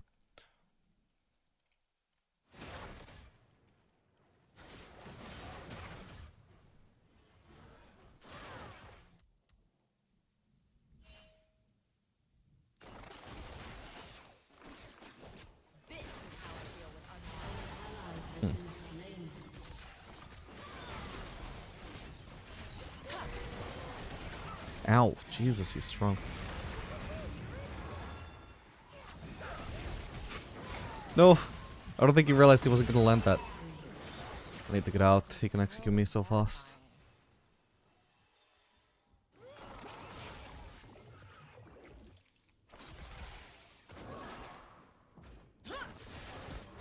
Wait, that reached me? Holy shit, I might be dead.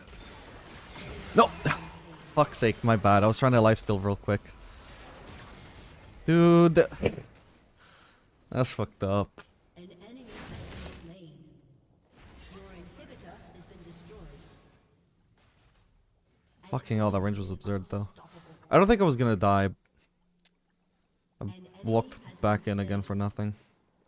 An ally has been slain. Enemy double kill.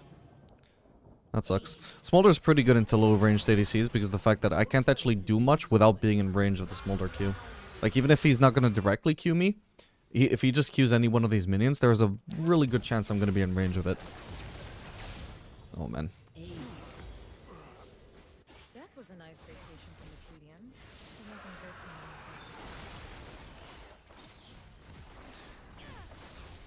Your turret has been destroyed. Your inhibitor has been destroyed.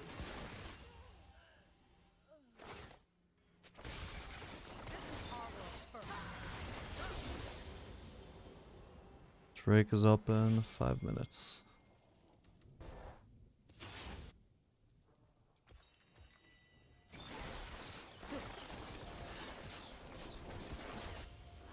Hear my words.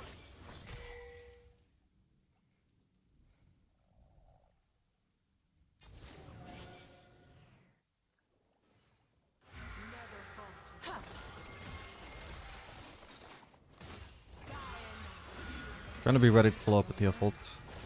Hello? Oh my god. If he just ulted, man, then we would have at least been warned. He baited me so hard there, and that caused him to die.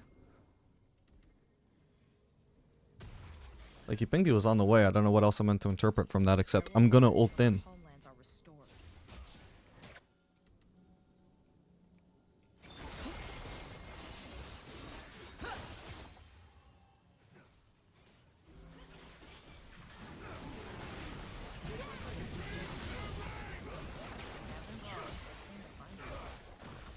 Your inhibitor has been destroyed.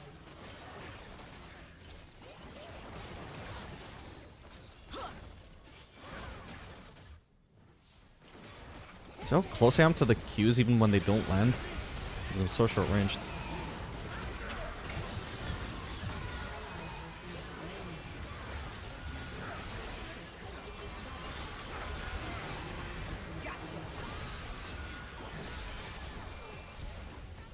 Oh, that's a joke.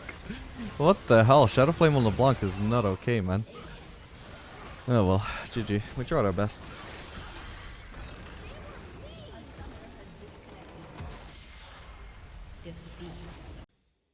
Alright gamers, we are back for another game of Xayah the Diamond. This game playing Xayah Rakan into Lucian Maokai. Gonna be running cleanse, it's pretty mandatory against Maokai. Both because at the level 6 it'll save me just having to use my ultimate to dodge his ult every time if it would get me caught out. Also if Maokai ever wants to like W onto me, or like even if he wants to like overforce something with like flash W, just being able to cleanse that means that he can't actually knock me into his allies. It just means that I get temporarily rooted and then he can maybe knock me backwards into safety, but he can never knock me into his own allies, which removes a lot of the threat that Maokai proposes. How is this mini not dying?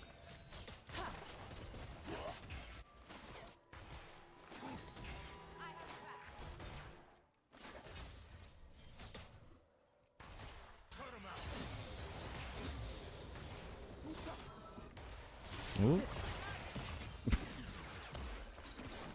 Okay, I really messed up using my Q so early there, because I didn't even wait for the Lucian dash, for example.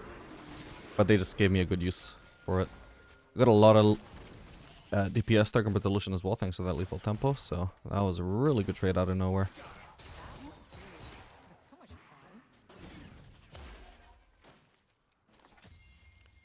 Maokai poke is doing a lot though. Gonna try and block. Oh, he doesn't have W, does he? Nice. Thought he would try and use his W to secure that, so I wanted to block it.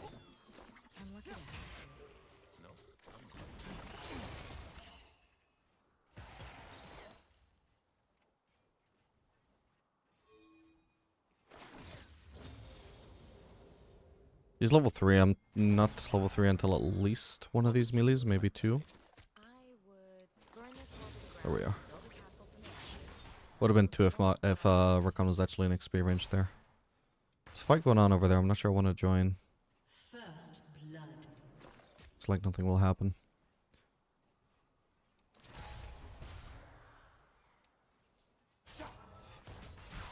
Where do we go? Wherever our heart's desire. Next.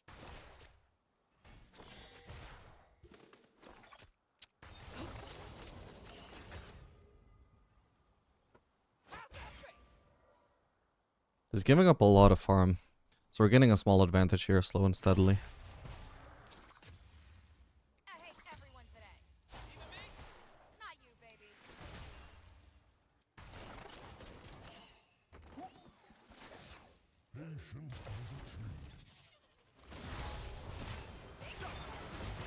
baby. Ooh, I think he's dead there, sadly. Yep. Gotcha. Should have just focused for the cannon instead of going for that last auto. I could do some return damage there, but Rakan was just dead far too fast. I can maybe win a fight in future if they play too aggressive here. I've still got cleanse.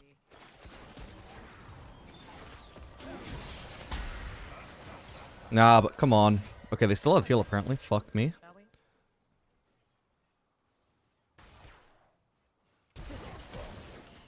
That was so close. Fuck me. Okay, Rakan is back. I need to be careful not to get sniped by a Lucian Q here.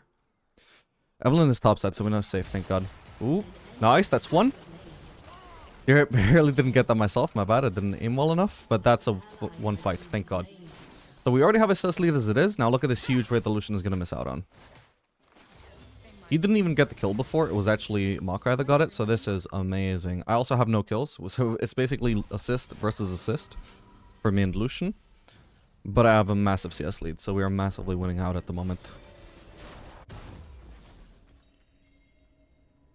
Pulled out of my ass just by continuing to go aggressive there in what didn't look like a hugely favorable circumstance, but because I had cleanse, I knew that there was something I could do there for sure. That's a shame. Stars has 3 kills already.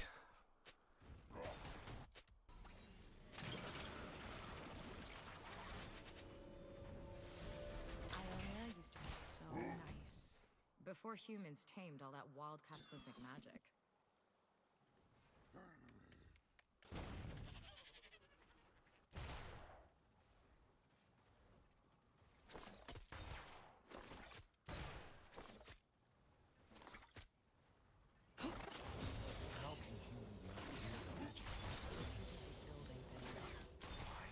Because they're afraid.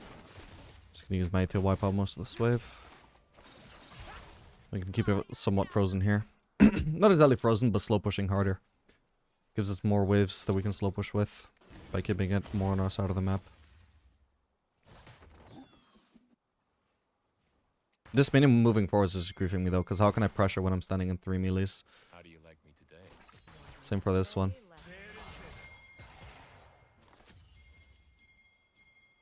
Remove all RNG from minions, please. We got a Replay Maka here. Nice.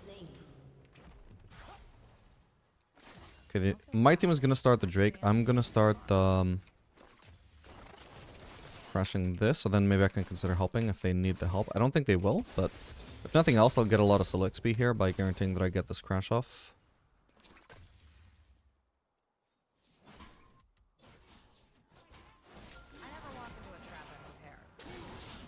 Might as well get a little bit of XP from this Drake. How much XP do you actually get from killing Drake?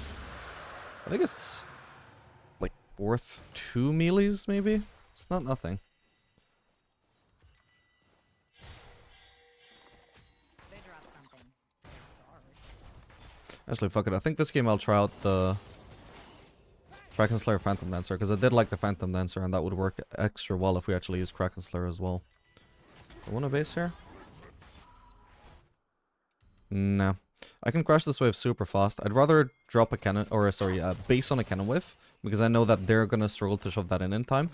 But I'm gonna shove in any wave super fast. An enemy has been slain. Alright, next wave is a cannon wave, so there's gonna be like 0 chance they can try and deny me any farm at all if I base on this wave instead.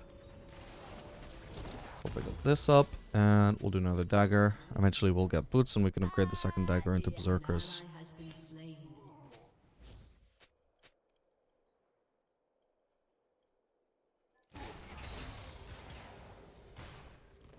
Enemy rampage. Took them a while to get the 4th kill at least. I'm guessing that's probably not a good matchup for Rumble, because I don't like really play Rumble, but I can imagine that pretty much anytime you're using Flame Spitter on Darius, it probably puts you in range of Darius-y. And Darius, if he can just melee range DPS you, he's almost certainly going to win that. Alright, they're going to be basing here because they want to try and match my DPS, my items rather. So we can just crash that and cost them some farm. How crazy is it that I'm the one that actually has to base? Or, well, that chooses to base first. And because I chose my base timing wisely, I'm the one that gets to both deny some CS I'd like to go there again. and also get some alone time on this turret to pick up a plating. At least 1 plating. Maybe 2 if I'm lucky. Yeah, that's 2 platings. Nice one. Both solo, I believe. So it's a lot of gold. If I hadn't bought this dagger, I could actually even base for Kraken Slayer now.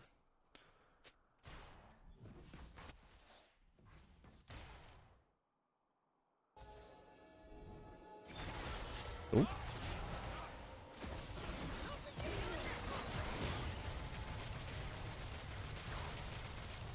Could be worse. That was really poorly played though. I think we should have first ah, fuck me, I forgot I have Cleanse, not Ghost. Fuck me, I'm so dead, aren't I? Ooh. Wow, I actually killed him. Ooh, and there's a karma I didn't even notice. My bad.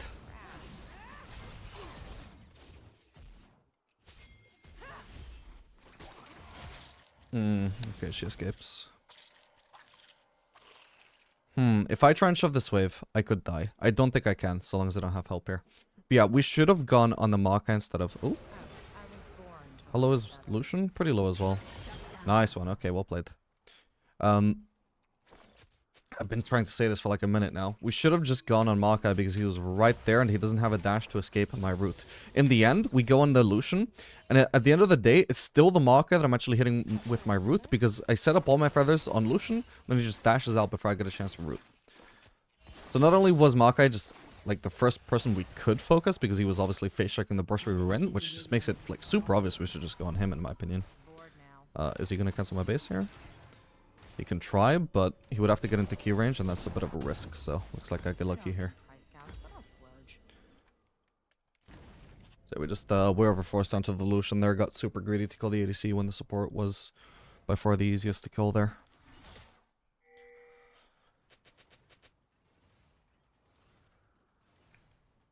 If Rakan were here, I'd make out with him until his ears bled. He loves it when I do that.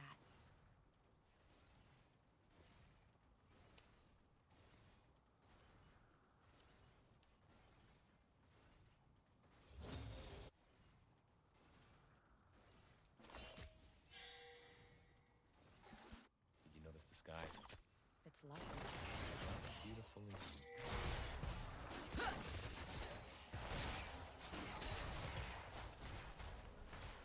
Okay, I'm gonna... Never mind. I would like to place a ward on Evelyn's Krugs. That gives us a way of seeing if she's bot side, because she has to farm at some point. But so long as Maokai is walking up there, he might just be like posturing, like pretending he can defend the pink ward that might be in the brush. Or he might have been like following up an Evelyn gank that she was about to initiate. I don't know.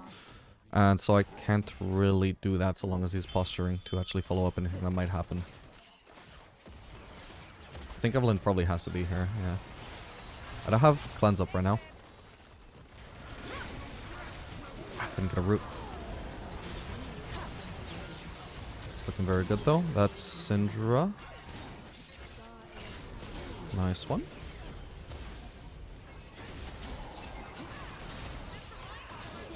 Huge, guys. Well played.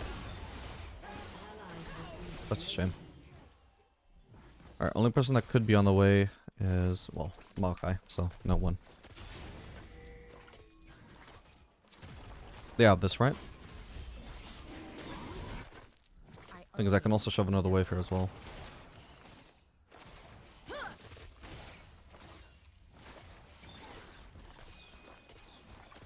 And get that plating. There we go. Super good, man.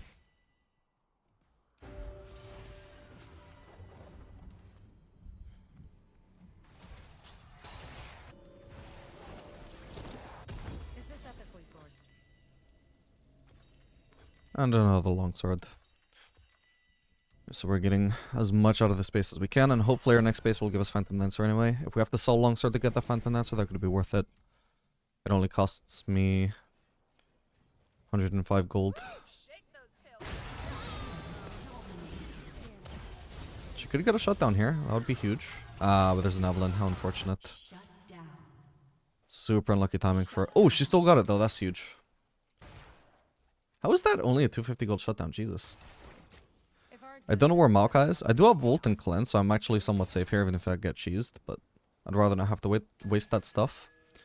Lucian seems to be posturing aggressively there, so I would say there's a high chance Maokai is in the area. And if he is, high chance his intent is to try and cheese me.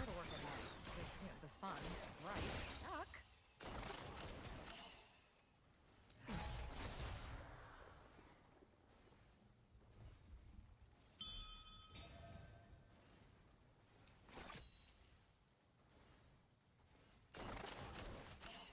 That kind of Lucian, Anybody perfect. about anything? Alright, I think he might have been bluffing. I don't think Maokai is actually in the area. They would have gone a lot more aggressive trying to get Lucian that cannon.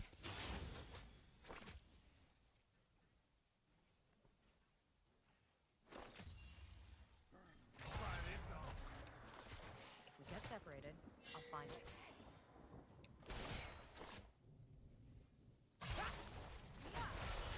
Ooh. Just go on Maokai. Oof, just barely don't kill him, that's sad. It's really good damage though.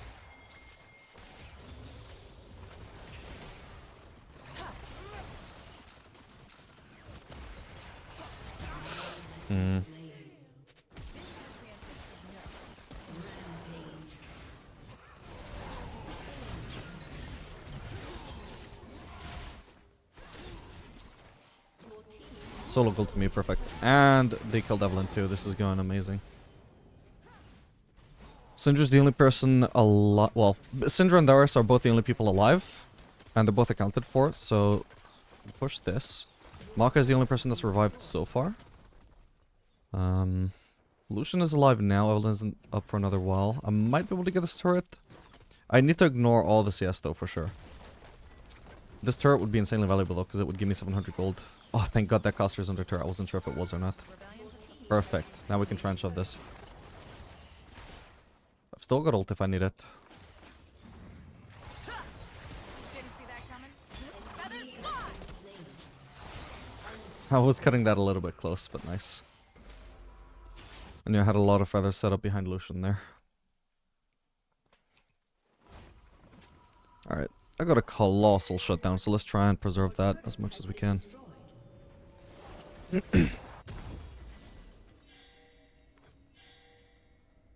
Nice, we get a huge amount of AD from this base. Notify all the things. An ally has been slain. Enemy double kill. Can go top, I guess. No, no need, I guess. Yeah, we'll just go mid for now. Baby, what did I tell you? I'm just nearer mid anyway.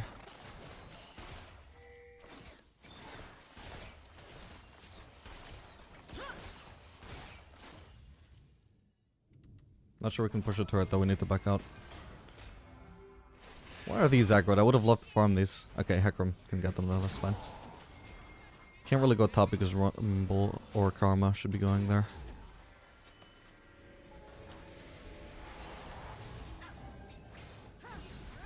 We don't want to fight, I don't think.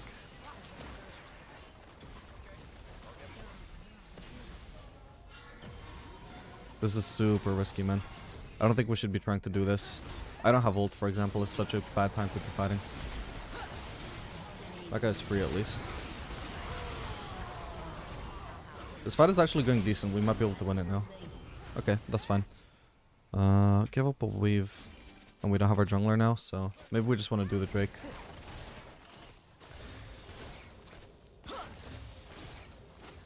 Thing is, when we do Herald, we're incredibly vulnerable to flank because our only escape is like really far out.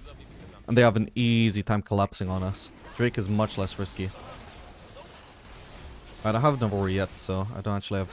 I should have saved my cooldowns until the Drake was closer to dying. Can't really secure this Drake, so I'll just waste my E. It's fine. Doesn't look like Evelyn will steal anyway. And how much do I need for my Navori now? Once magic was Basically, I would need one cannon wave, and sadly this is not a cannon wave, so... Oh well.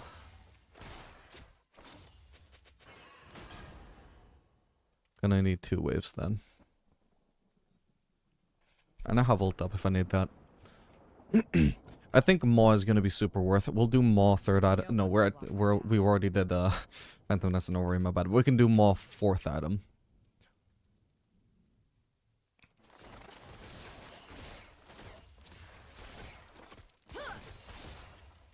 Okay, we ignore the turret. Just want a base. My team is starting that. Should I stick around? I think they've got it already. But I will rush over into the same direction. In case the fight breaks out afterwards. Looks like they're fine though. Sometimes people die for Just gonna head mid. Please don't steal the farm. Going for Sintra's fine. If a bit overforced. Ooh. Okay, thank god Evelyn was on the other side so she can cover Khan there.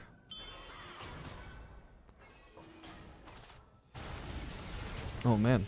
I swear. Doris almost died. What the hell? She's so tanky. Shut down. What the fuck?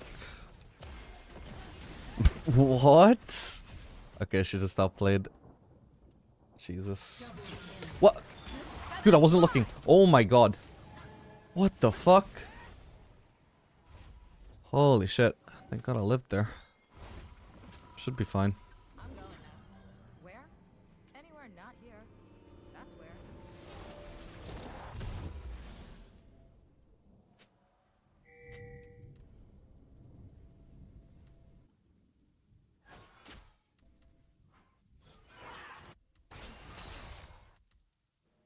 We Vistaya are only half of our full glory. Karma should be going bot, not mid. She can't get a new farm mid without stealing my farm. Which means I don't get farm.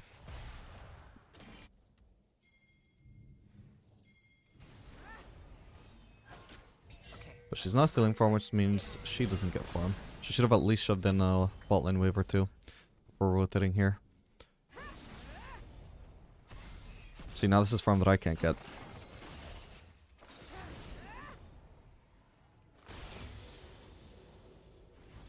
This should be really good though. Whoa, what the? I guess he maybe needed it to avoid a charm from Evelyn? I thought we were just gonna flank the Syndra.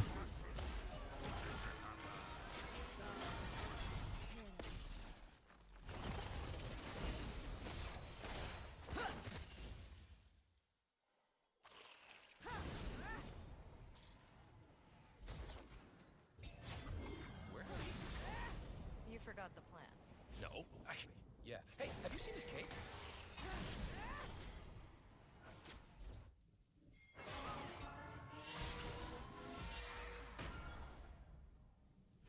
Slow game for now.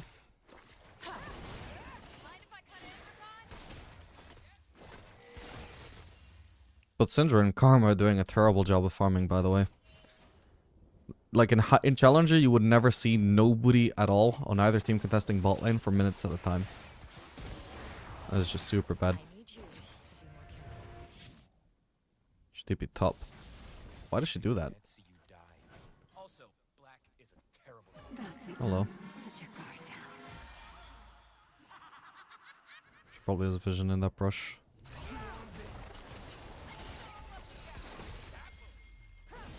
Okay, I could do with basing for Hexdrinker ASAP.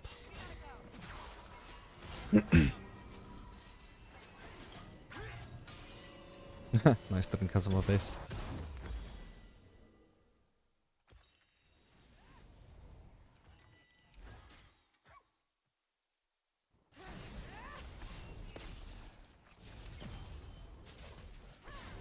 This lane has been unfarmable for our team for a very long time, by the way.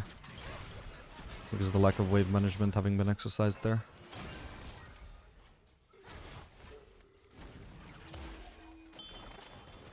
But the enemies could also be farming that, because it's been on their side of the map for so long, and they're not even farming it either. It's just super bad from both teams.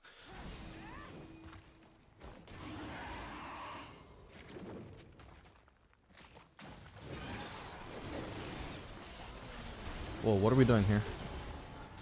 Just ignore that. I guess they're actually over-engaging the enemies, so that's fine.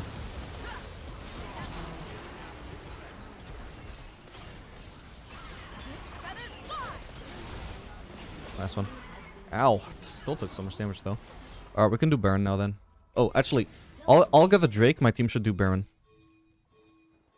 Please do Baron, please. This is such a huge opportunity to get Soul and Baron in one push. Ah, that's fine. GG.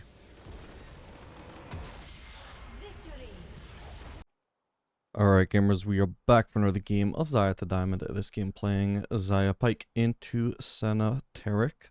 I wish I'd taken Ghost this game. It's going to be somewhat useful for the Tariki, and we also got a little bit lucky that he's running Exhaust, so we can cleanse the Exhaust as well. Generally, it's not that useful this game, though. I would have much preferred Ghost. I just forgot to switch my summoners. Running Cut Down this game again, since we're facing Volibear. Who looks like he's going to be building tank, or at least somewhat tanky. Brand will also build Leandres, and probably Rallies. That's two different guaranteed HP items. I'm assuming Rallies still gives AP, right? Or HP, right? Let me just check that. Yep, not giving you fake news. That does indeed give 400 HP. Well, this could be quite good. We'll level W here if we're going to all in. Oh. What the hell? Oh my god, I keep losing vision and I'm out of range to hit the Senna. That is so fucking awkward. Alright, that's not the approach I would have taken. He delayed super hard and actually using his Q. Also, ideally we would have gone for Senna. We don't really want to be fighting Taric in melee range, but a level 1 is not too bad. Taric generally is actually a counterpick to these kind of supports. You know, melee supports. Because he does so much DPS for melee range. However, he kind of needs his heal to be unlocked because that's his like low cooldown way of proccing his passive. Without his heal, he doesn't actually do too much. I'm gonna keep hitting these minions just purely for lifesteal. I get about 3 healing every time I hit a minion. Not bad. Ah!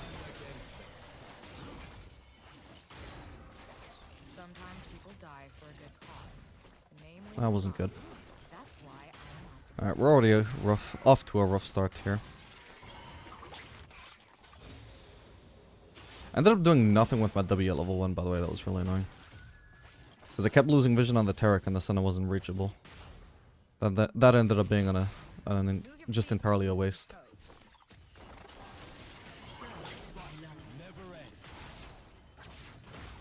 Nothing is ever easy. That was really Pyke is quite good into Senna though, so... As long as we're going for hooks onto Senna and not to Taric, then could eventually turn this lane around. It's probably going to take a recall though, since I'm quite unhealthy at the moment. Been eating too much pizza in this lane. party days on Here would be fine though, as long as we're not actually bringing him into a melee range where we're actually intending to fight. Just so if we're doing a short trade like that, we're still going to be quite far away from us, to the point where we're safe, that's actually quite good.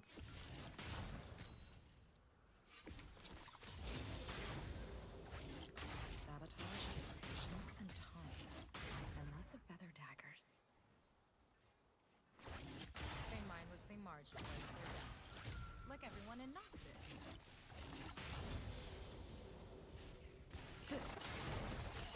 Ooh, I actually got the melee as well. Whoa, what the hell? Fuck that gank. Pretty bad timing for Pyke to be going for his hook. I hate flowers. Tiny skulls stuffed with twigs on the other hand. Brendan's already finished this clear. What? Oh, but Udyr has a kill. He ganked someone already. Yeah, actually, this is 4 minutes is perfectly fine to finish your clear. I was just thinking about the fact that my Udyr had not even come remotely close to finishing his clear.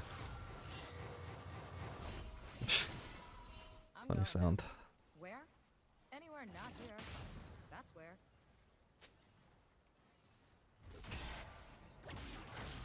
Heavens, that away.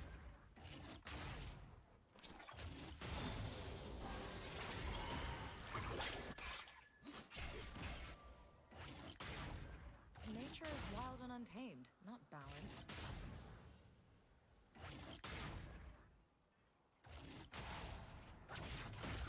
The West is full up.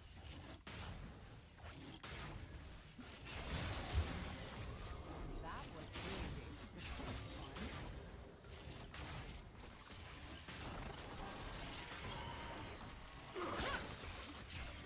Misjudged which minion it was going to go for there.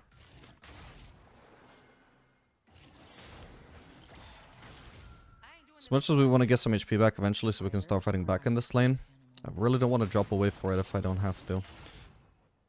Once we get back into lane with full HP and some items, there's no guarantee that we even start actually turning this lane around, so I definitely just want to base whenever pretty much it becomes natural, not because I want to overforce it to try and get HP back. Sunrise is slow and satisfying. We're at least staying even in farm. We're not just bleeding CS for staying in lane at low HP. They're not terribly good at pressuring us because they kind of have a...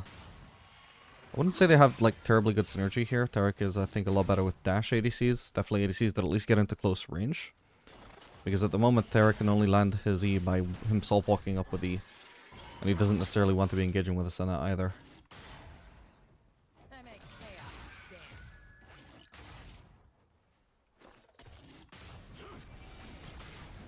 Potentially, it could be a while until anybody is forced to drop CS here. Forced to actually base. They dropped something.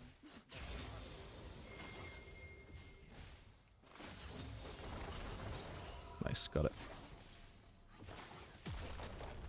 Are they actually going to base here? I don't think there's any need for that. I think they could keep on pressuring us here because, like I said, when we get the base and get our items, there's a chance we could maybe start turning this lane around. They want to prevent, or like, try and delay that for as long as possible. As long as they stay in the lane, I can't recall without dropping a wave, and I don't want to drop a wave. Maybe that's greedy, but that's my thought process. I was never going to base until they based, or until I was forced to base. And instead they just recall for some items, but like yeah, okay, picking up items is important, of course, but if you recall to pick up items, you're also giving the enemies a window to recall to pick up items. There's no advantage gained there. Not unless your bot lane is the one that benefits most from picking up items. But since you were also the higher HP bot lane, you're also neutralizing the lane state into both bot lanes being full HP, which is bad. You just lost your advantage of HP. Anyway, seems it will just benefit them anyway because of this random ass fight that happened. Nobody could have seen that coming.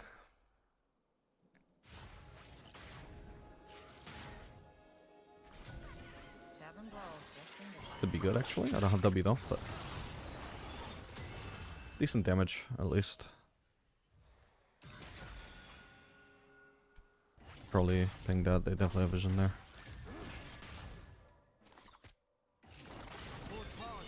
Oh, I wasn't paying attention. I was looking to see if I got the last hit or not. I want to kite the Tarek, not actually let him just DPS me for free.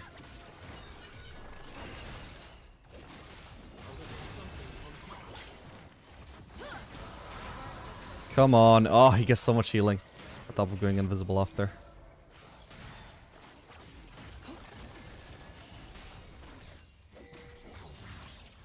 Oh, that hit me.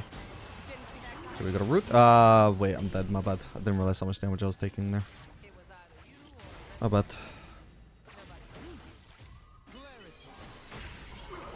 That was a nice vacation from the TV. We'll definitely go Kraken Slayer in this lane. We're gonna need a lot of DPS for this Tarek.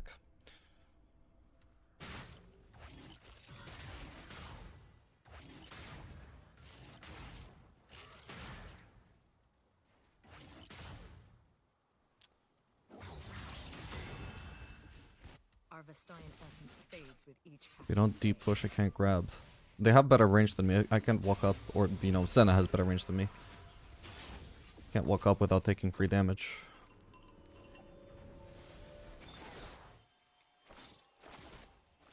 Oh, he's gone. I'm gonna shove this and just get some solo XP. How I deal with unwanted attention. Okay, I can base and pick up Recurve Bow and the dagger.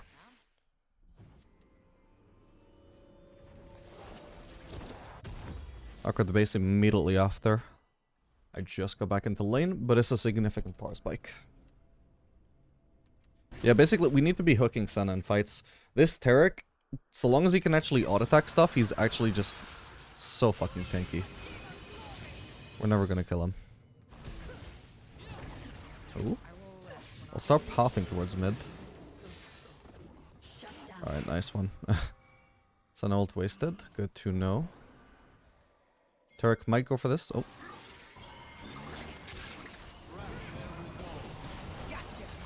Ow. Should be fine though. Took a lot of damage, but I also kind of wasted his ult. He also took the same damage.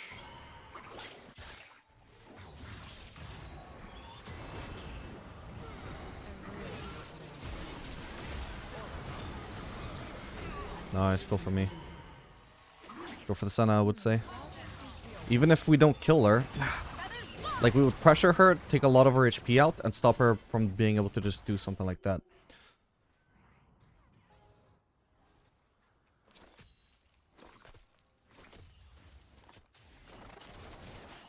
Trying to get some full XP her again.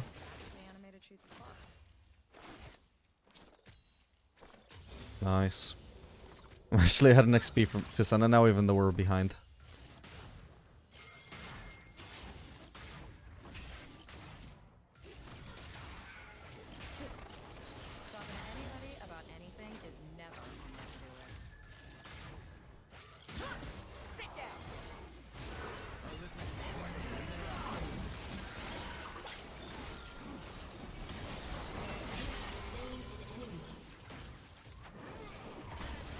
I'll play.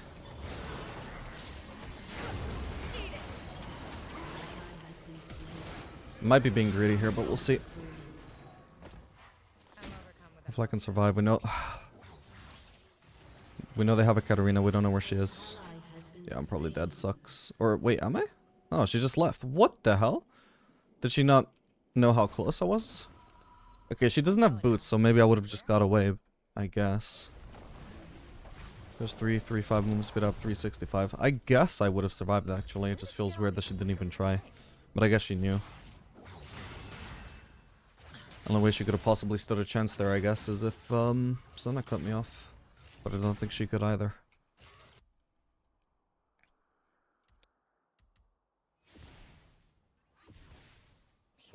Now Senna just got a lot of solo XP, and I'm about to share a bunch of XP with Pyke here, so she might be even or ahead in XP again.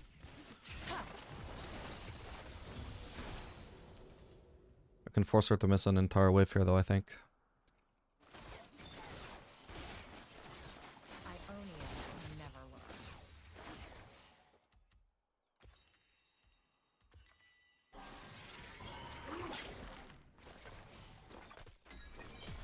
Solo plating.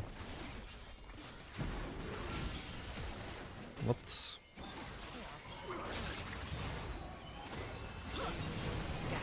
Come on, die, die. Thank God. There we go. That would have been a disaster if he actually managed to get that heal off. Or that ultimate off. And then he would just heal so much that we would lose the fight afterwards. We would lose any chance of being able to actually kill him.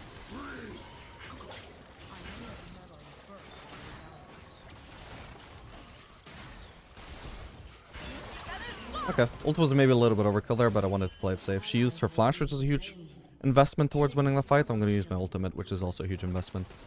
To make sure we guarantee that win, which should be, and what should be a free win. I don't want to risk not winning that fight.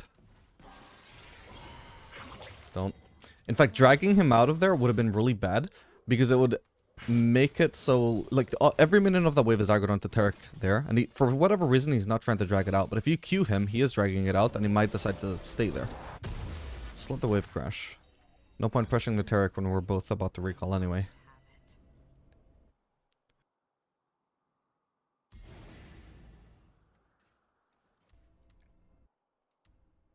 We're doing well in the lane, but you can see this lane is actually disproportionately hard compared to the relative to the fact that Tarek is the scaling champion and Xayah is the scaling champion.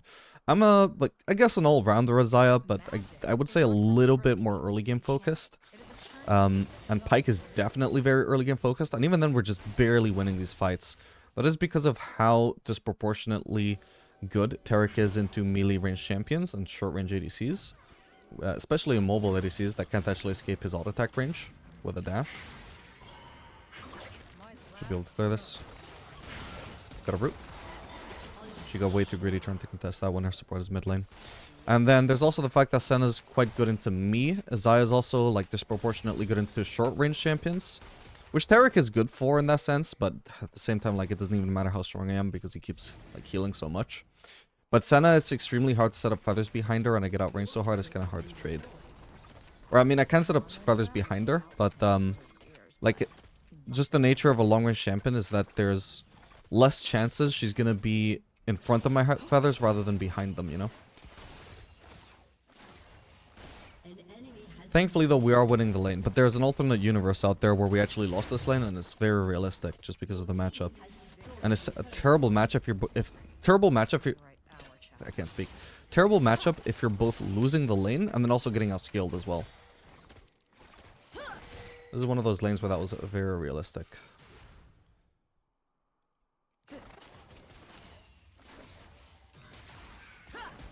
Nope. I can base for Phantom then, sir. Well, I'm bored.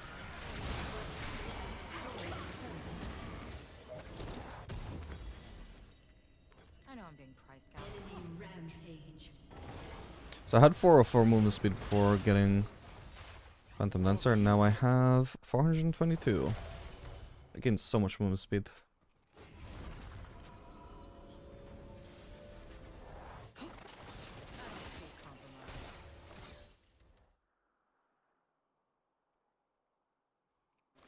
I wasn't even aware that he wanted to do Drake.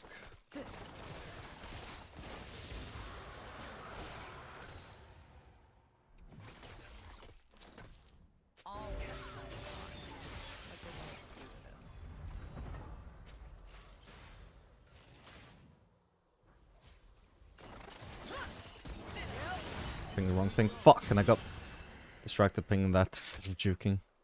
Oh well.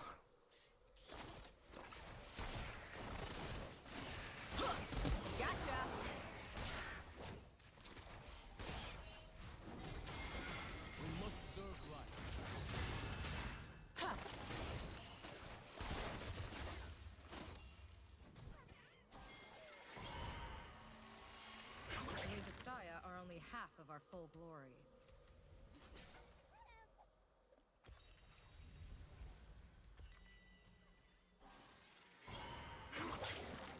Sometimes I just get too wrapped up in pinging every ward. It's just a natural instinct.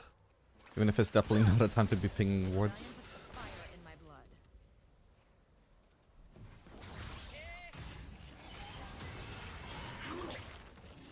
Like here, I can't approach Senna at all because she outranges me. I can't even trade.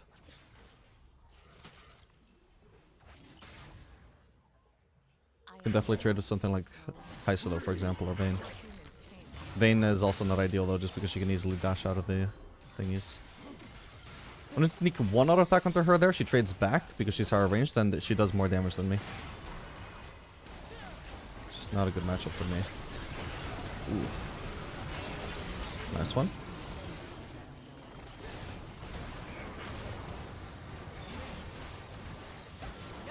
We did her by accident. Nice one. What? Wait, I meant to use E. Oh, my E was not. My bad. But he's just walking into that for no reason, so I'll take that. Is there anybody alive right now? No, Volibear's dead. I'm pretty sure everybody's accounted for, right? Yeah, Tarek is the only person that was alive. Alright, I wasn't accounting for the Senna ult. At least I survived, though. I had 1,000 gold shutdown. I really don't want to die to that. Sometimes I would say it's worth to just, you know, try and dodge it, sure, but don't waste your flash trying to survive the Senna ult. But when your shutdown is this big, you kind of have to. What the heck? I deserve it. Your team has No other choice. Cannot risk handing over 1,000 gold shutdown for free.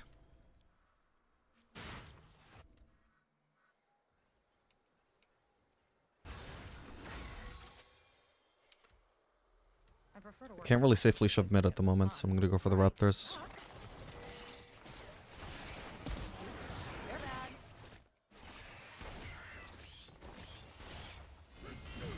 Oh, and then, of course, as soon as it's safe to shove, he just takes it all. Hello. I don't have ult, and I don't have flash, and I don't have cleanse, so I gotta be a little bit careful here, actually. Twice. Just to be sure. One flash stun from Volibear, and I die.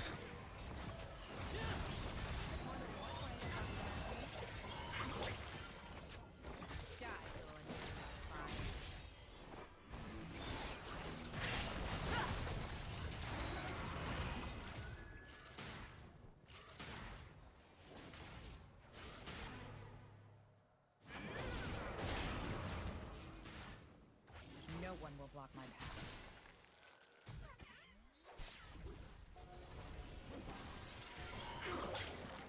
Ooh.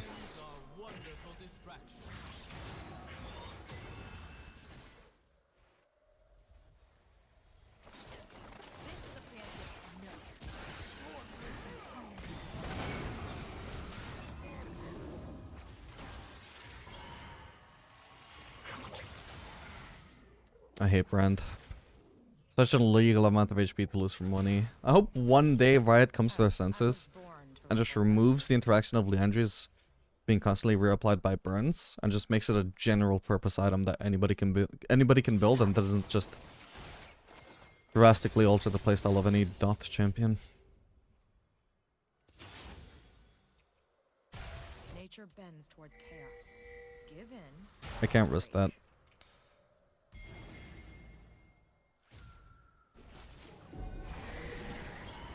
Didn't know for sure that the entire team was bot.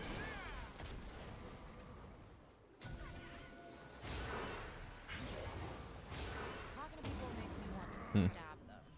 So I do. Oh, we got set up on the Drake at least.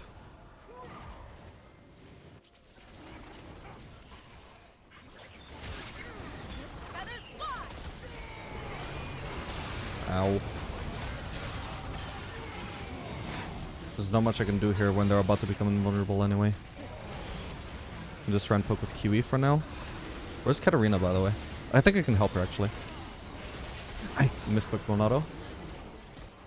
Yeah, I should be fine now. Okay, that was really nice. I got cleanse in case I get stunned. He's so like, what? Jesus. This stun, like, duration thingy was forever, by the way. Ooh, nice. Huge. Yeah, where was Katarina the whole time, by the way?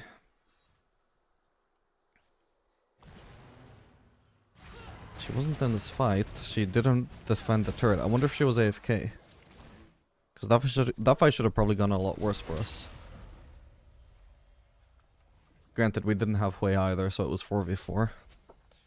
He shouldn't also not have been pushing. But it worked out because of Katarina's absence for whatever reason. Oh, the Drake is still up, so we want to rush over here.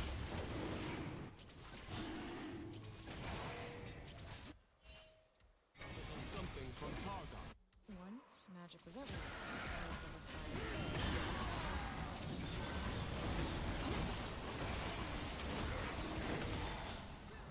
Nice one. Midwave is once again a bit too pushed for me, so I'm gonna leave it. Eventually it should push into me, so it would be really nice if Garen would just leave it. Yeah, like, I'm just gonna be forced to do not only Raptors here, but also red buff.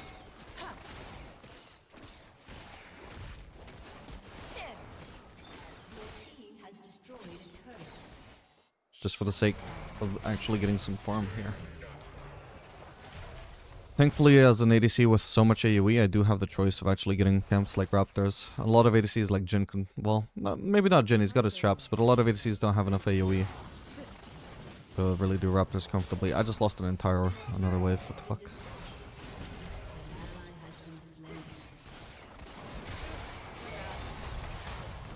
Okay. We could be getting collapsed on, I'm gonna start backing out.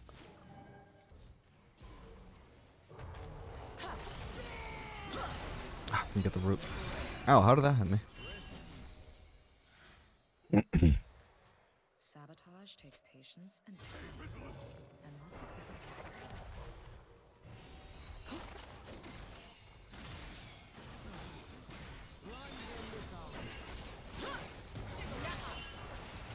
Yeah, my W move speed makes it super easy to dodge those terror keys, so it might seem like a risk, but it's a much lesser risk than it would be earlier on in the game when I had less movement speed.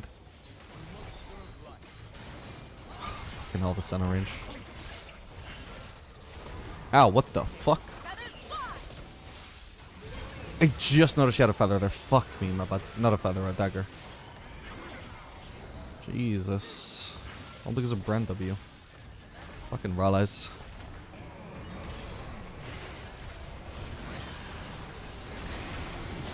Did 1 W on me and did 767 damage. Way more damage than Katarina.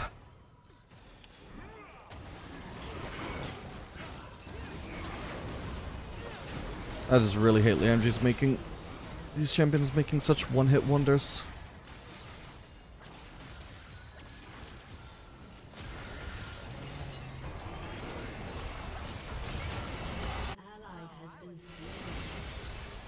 I might want to do Lord Dominic's before Bloodthirster this game. But Bloodthirster would be nice to deal with stuff like the Brand Poke.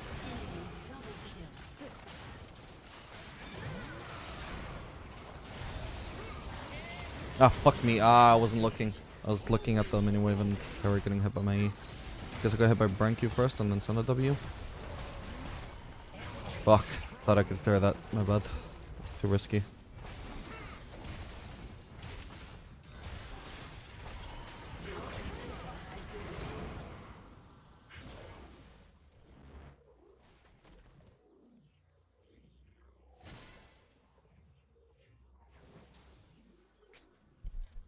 Overall, Brand is a rough champion for me to be facing, as opposed to a conventional melee jungler. It's hard for me to walk up and place my farthest behind such a champion when I'm also always in range of WQ, for example. Well, you know, all of his abilities. He's a fucking range champion. I'm guessing Tarek has a lot of armor. This guy only has 187, but he's probably going to be building more. Yeah, I definitely need Lord Dominic's looking at the Volibear's build. Though actually, I'm not actually familiar with Unending Despair. I couldn't even tell you that was an armor item without looking at the tooltip, but yeah, he seems to have a lot of armor.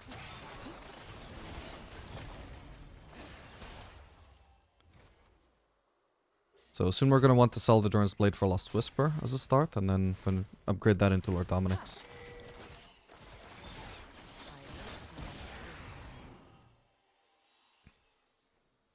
I want to be defending these waves.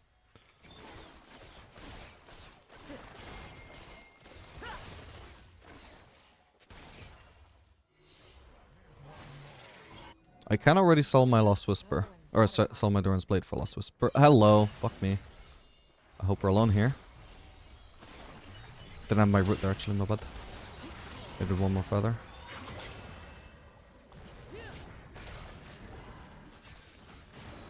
Get him out of here. Could do with recovering HP now as well as getting my Lust Whisper. Hopefully they don't have vision here. Careful, careful. I need to stay. I can tell my team knows that I want to recall and they still engage a fight anyway. That didn't make any sense. Sadly, I think I'm dead here, unfortunately. Yep. That's super sad. What the fuck was that? Like, in what world are you looking for a hook when your ADC is 1 second away from finishing the recall?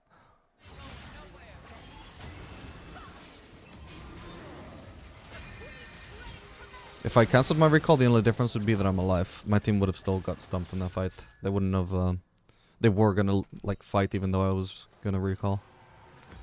That's really annoying, because that means it's lose-lose for me no matter what I do.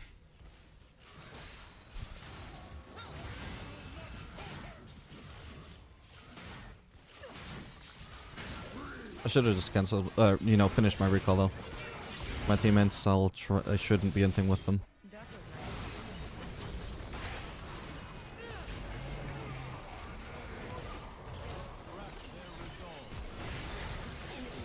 I think I'm dead here. Okay, at least I got her. Might be a bit too late for this 800 gold shutdown to do anything, but we'll see. This countdown is doing a lot of work now, by the way.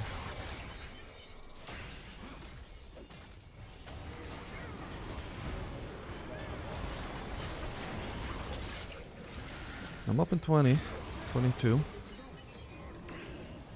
They're wasting a lot of the enemy's time here. The enemies should have been able to end with this.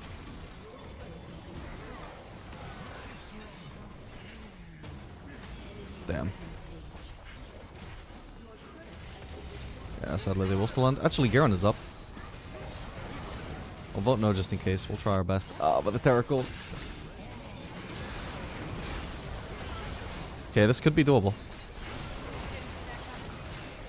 Is Turret dead? Oh, no, I just wasted my E. That's so bad, that's so bad.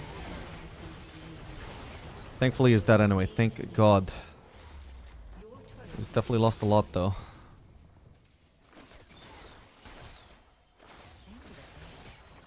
Your turret has been destroyed. A lot. Alright, next item is going to be Vamp Scepter. Since I don't have Infinity Edge, my crit scaling isn't as amazing as if I went to Infinity Edge, so I don't need another crit cloak when I can do Vamp Scepter instead. Wow, my Lord Dominic's did a lot of damage in the fight. What the hell? Volibear might have ended if I didn't have Lord Dominic's. Like, definitely, I think the combination of cut down on Lord Dominic's just saved the game for us there. I'm amazed it's doing so much damage. It's even doing a lot against Katarina. Pandemonium follows me everywhere I go. It's like a puppy I once fed. Bear in mind, because I'm running cut down, I'm running the flat health shard every game. In this late game stage, it helps me deal a lot more damage with cut down.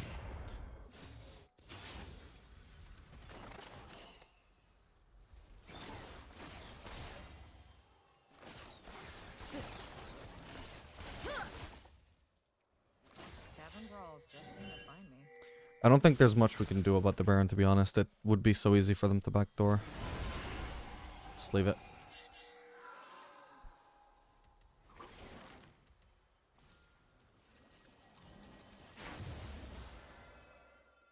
If our existence is everyone else's chaos, so be it.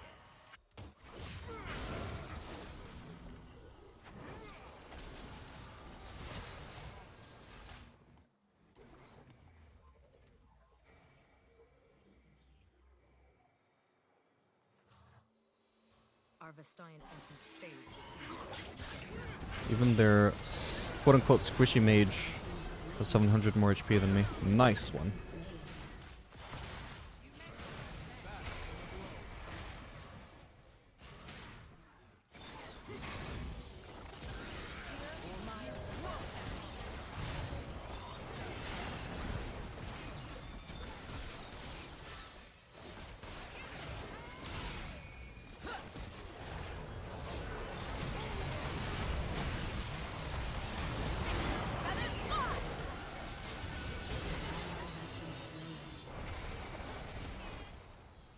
think we just lost. Your inhibitor Pick up my red elixir, get some HP back real fast. I don't have cooldowns at the moment, so that would be awkward to fight immediately, but we'll see.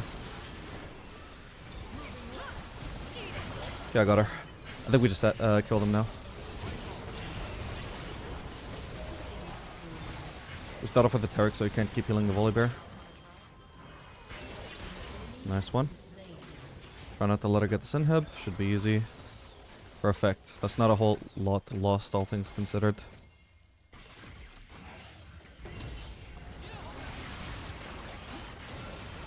Nice. And we can get the streak and deny them their soul, I guess. Brandon might try and cheese in the brush. That's the only way he could save the streak, really. Yeah, to set that behind my feathers. Nice one.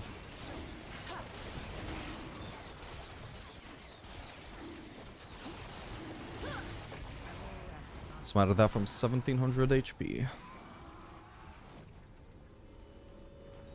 Well, okay, I'm actually full build.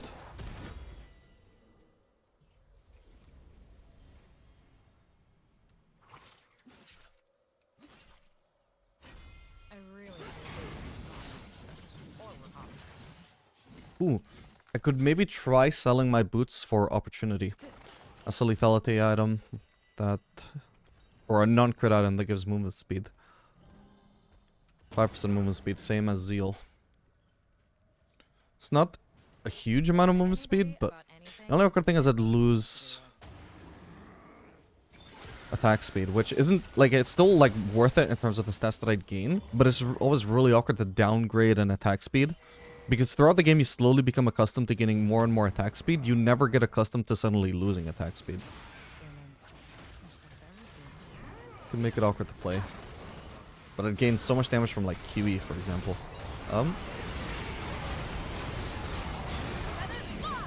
That was really aggressive for no reason. And I'm so slowed for no reason. Gotcha. Did we get Karina? No, fuck. That was so crazy. We actually had a good chance of winning this game. That's sad.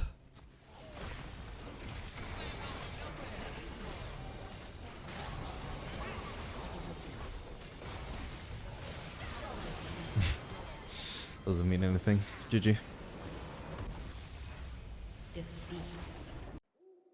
Alright gamers, we are back for another game of Xayah the Diamond. This game playing a shockingly very similar matchup to the previous game. Xayah Pyke into Senna Leona, so literally only the enemy Leona is what's different from the previous matchup. Should be fairly similar, except we're probably a lot better into Leona than Taric, I want to say. It's still not an ideal matchup, at least for Pyke, but we should have a fairly good shot at killing Senna if we ever hook her. And at least we're not going to have issues with Leona just fucking tanking us for like 10 billion years. If she can get her hands on a champion. Or even onto a minion. Should be using my Q to shove her, actually. Magic is not some river that can be easily channeled. It is a churning sea that can always Nice. She's dead. Nice one, Pyke. Managed to root her there. Don't know why she's going forwards. What does she think she can do against Pyke there? He's almost full HP. They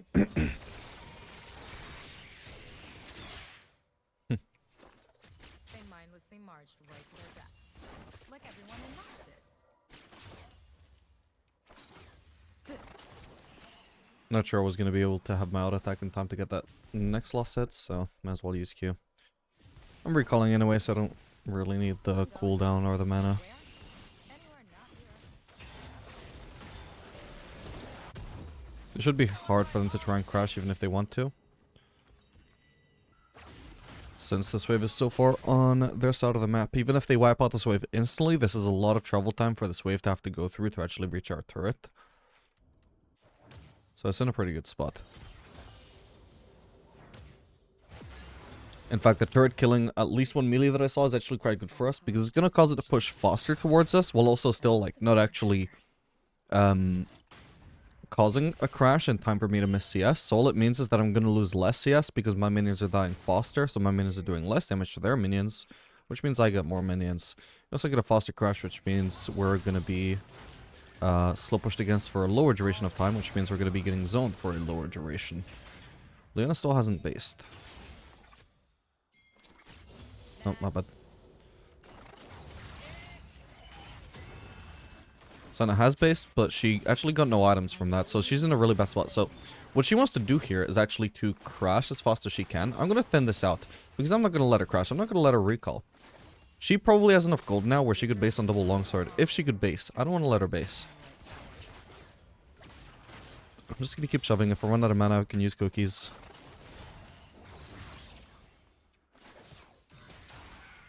Nice. And now, they had a slow push coming into us, but which they needed to crash, and I've just not let them do that. Now Xayah has no window to base, except if she's willing to drop a wave. So you're just laning 2 longswords down.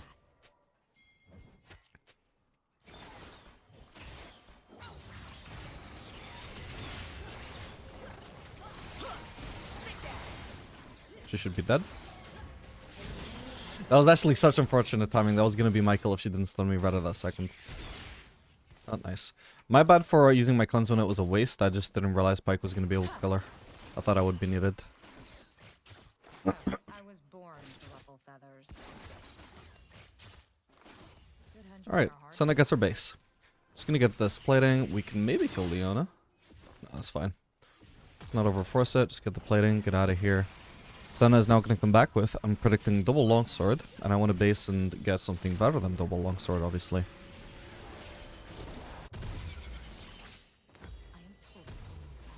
I'll do dagger here. This can build into berserkers. If I do longsword, I'm locked into static shiv. Or storm razor. Now, do I want to do static shiv or do I want to do Kraken Slayer again? So Garen is going to be somewhat tanky. Gragas is probably building AP. Leona is going to be fairly tanky in lane. And that's already a pretty big incentive for me to build Kraken Slayer, to be honest. Is if it's going to greatly benefit my lane. The more DPS you need for the lane, I think the more incentive there is to build that first item, Kraken Slayer. So I think once again, I will just end up doing Kraken Slayer. Emphasize though that I do think Static Shiv is in a really great spot, and I think it's probably generally the best item for first item for Xayah, but it's a situational matter. At some point I also really should test Essence Reaver. I'm not sure if it would ever be as good as Static Shiv, but you never know. Need to try it, to be sure. Do I want to maybe focus on it here? I do. Let's focus their DPS. Nice one. Got the root off. Nice one. Perfect. That is a very early triple. I can actually help with that. The wave stay may not be like completely amazing for me to rotate, but it's more than good enough, I think. 461 damage for that, goddamn. Or was that combined with my W damage? I'm not sure. Let's try again. No, yeah, 461.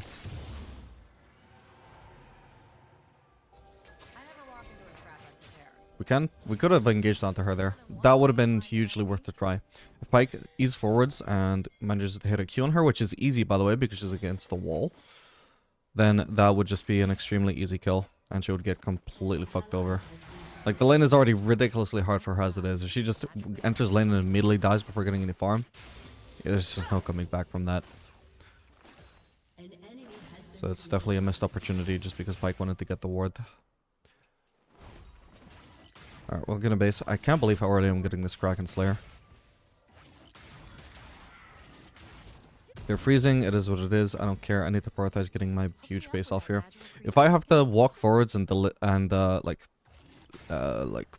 cancel their freeze, they're succeeding in delaying my base. I can actually accept being left with a less than ideal wave state here in order to get my power spike faster.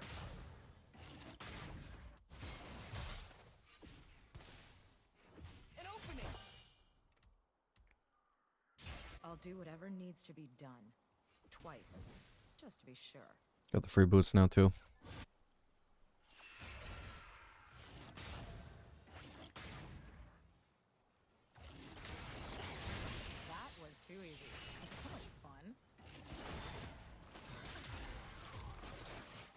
Whoops. Cost myself a lot of farm there. An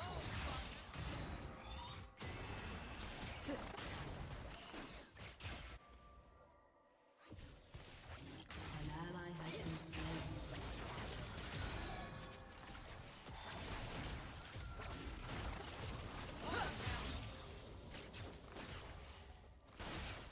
Try my hardest to pressure Senna, but as hard as a much shorter range ADC. Talking to people makes me want to stop. Okay, we've been hit. Ow. I should have cleansed that actually, but... Oh, dude, I'm not meant to be this close. Holy fuck, this is such an annoying matchup as you can see. The fact that I'm this ahead, and there's still such decent chances that I could lose a fight. An enemy has been slain. Nature bends towards chaos. Just CC'd for so long there. Got another cookie.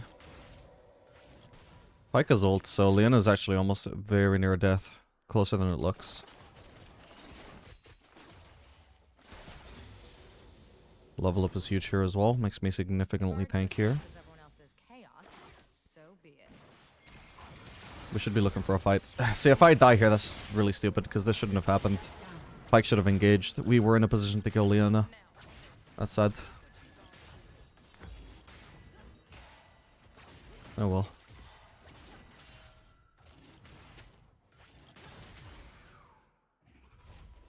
Oh, I wasn't finished with these fools yet. He doesn't really want to engage on Senna there because she's full HP. He can't solo kill her, and I can't follow up when I'm this low. But killing Leona is more than doable here. Why is he eating away? It's like he's really afraid for his own life there. Obviously, the enemies only have one Really hate anyone who's not me. thing in mind there, though, killing me. An enemy has been slain. An ally has been slain.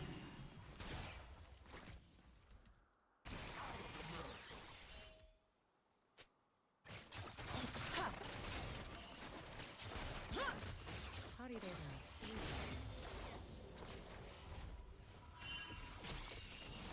I can get this plating just fine. Do need to back off, though. I know someone isn't ult. I need a strategic. Okay, they don't have a pink yet. Gonna see if I can get the scuttle crab. You're bad. Last one? Oh, wow. This could be really bad for me. I think Leona probably has ult up, by the way. I'm sure that cooldown is back. She just got really greedy to clear that pink ward, or sorry, that ward, instead of actually killing me there. So that's fortunate. I don't think I had my ult at the time, did I? Before humans Nope. tamed all that wild cataclysmic magic. God bless Leona's greediness then.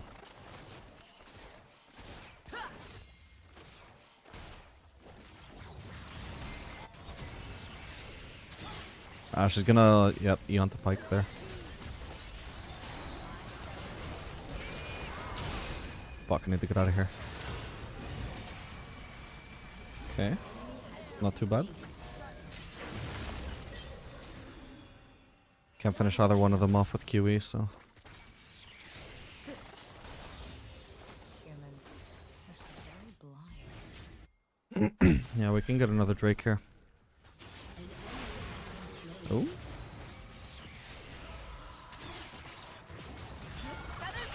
Oh, I was completely overkill. My bad. I thought I would be a welcome addition to killing her there. And of course I wanted the kill steal. Of course, but I also thought it would be a useful kill steal. Where either I would secure it when otherwise the kill might not happen, or I would at least save my teammates a bunch of HP, but they still had so much damage left for her. Particularly the Volkaz. He had, I think, QE or QW or something. Actually, I can shove another wave here. We know Senna just very recently died, so... Although it's a good time to base, if I can clear the wave in literally 2 seconds, then why not? It's a cannon wave. Let's make sure that I get that. Seven balls just seem to find me. I do also greatly appreciate the Kraken Slayer just synergizing better with Phantom Dancer, because I actually really enjoy these setups where you get an early Phantom Dancer.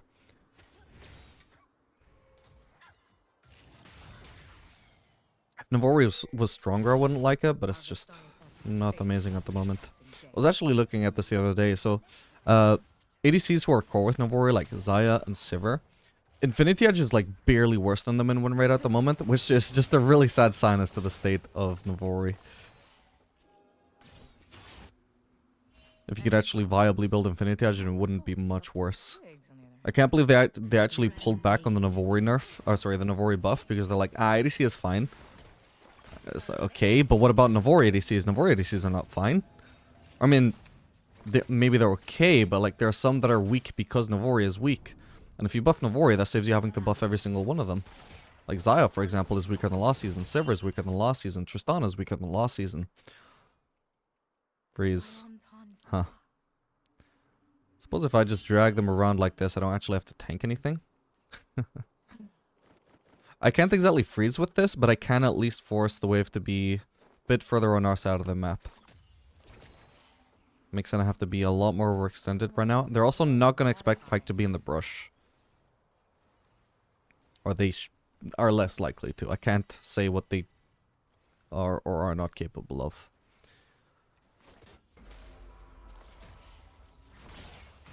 Okay, if he dodged that, then maybe they wouldn't have known he was there.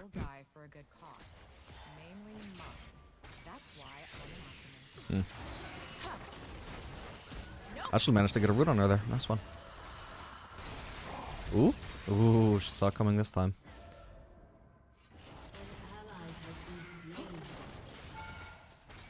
It's one of the few things I can do against such a long-range ADC. Okay, they go on Pyke, I go on Senna. Nice one.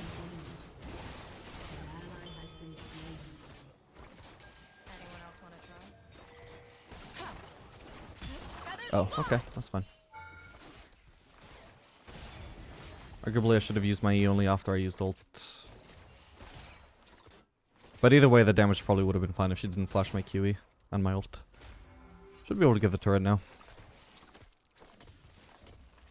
Sadly, it's just barely enough first turret by about 8 seconds. I think I can shove another wave here.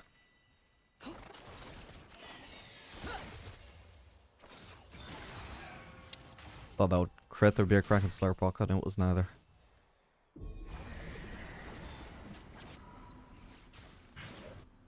And once again, we're gonna gain a further 18 movement speed from building Phantom Dancer. It's crazy how much movement speed it gives. I think it's extremely underrated, Phantom Dancer, at the moment. Like, not just on Xayah, but on ADCs in general. People are... This happens to me every time as well. People are really, really, really underestimating the impact of the fucking 10% movement speed on Phantom Dancer. It's an incredible mobility, especially for immobile ADCs. Xayah is not somebody who I would treat as immobile, actually. But because all her mobility comes from her W movement speed, I think it's actually really synergistic to have that extra movement speed from Phantom Dancer then. Because it synergizes perfectly with her form of mobility. You know, there's not a single point where your movement speed is wasted because you're dashing anyway and the dash doesn't rely on movement speed. All your movement speed comes from your... all your mobility comes from movement speed, so the Phantom Dancer is adding to that, not like working like badly with it, you know? I don't know how to phrase it properly. That Azul is doing terrible, holy crap.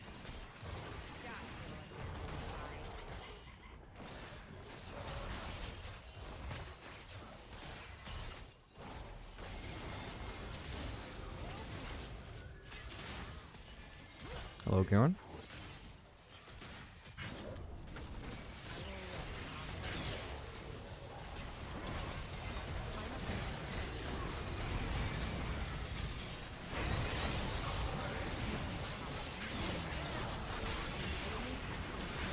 Nice one.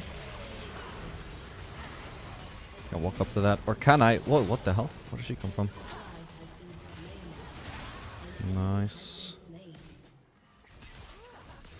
Oh, almost had it. Maybe we can dive Senna now, or do we just do the Drake? I mean, my team can do the Drake. Didn't get the root this time, sad.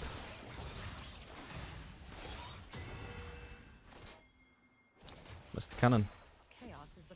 Alright, she's not gonna die there. Alright, all help Sidrani. I was expecting Vel'Koz to help. Maybe he's out of mana though, in all fairness.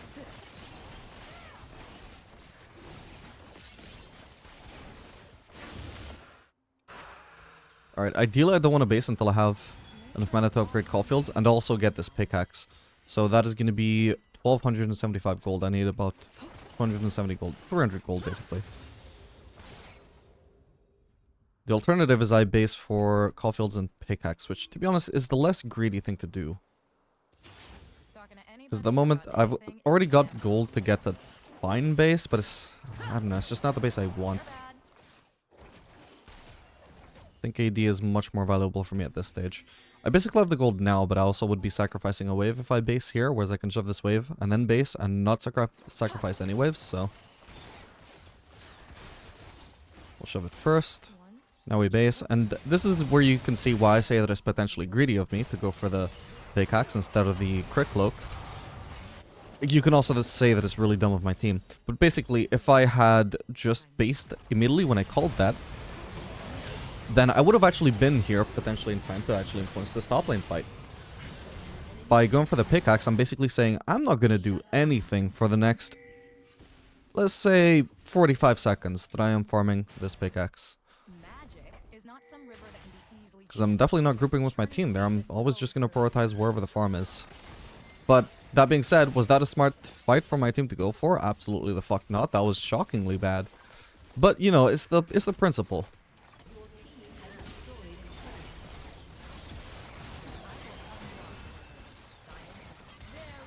Damn, she is tanky. I'm gonna need a Lord Dominic's ASAP. Arguably even third item Lord Dominic's would be fine actually before Navori. If you really need it because of how Navori weak is at the moment. How weak Navori is. I think I said that in the wrong order.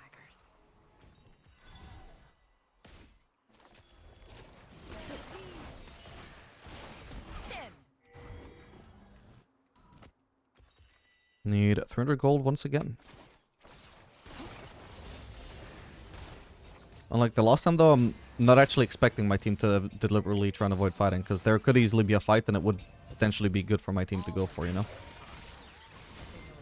The previous fight was like, no way could I have predicted that, because that was such a random time to fight, such a random place to fight. Bad place to fight even.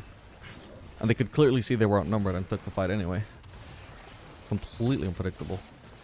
Whereas now, obviously, it's like not directly right after a team fight or an objective.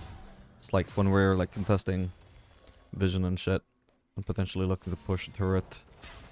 Potentially the enemies wanting to collapse on our split pushers. You know, there's shit going on. Oh. I could do with basing immediately, but we're gonna have to participate in this fight first. And this is not done for my team to go for. This is probably more done for the enemies to go for. Fuck me. I don't have E. Oh, I need to flash here. Ezreal is actually going to chase me down, isn't he? Okay.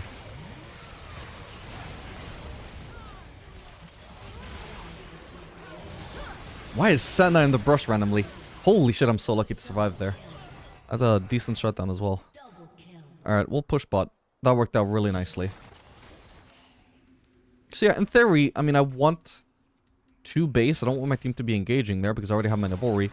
But when the enemies are like literally just 2v4 for whatever reason, I can't be the one. I can't just say no. We're not gonna fight this because I want an item. You know. It didn't actually go as smoothly as it really should have, as I would have predicted. But still, like if we expect it to be an incredible fight, we have to fight it. It doesn't matter if I want to base.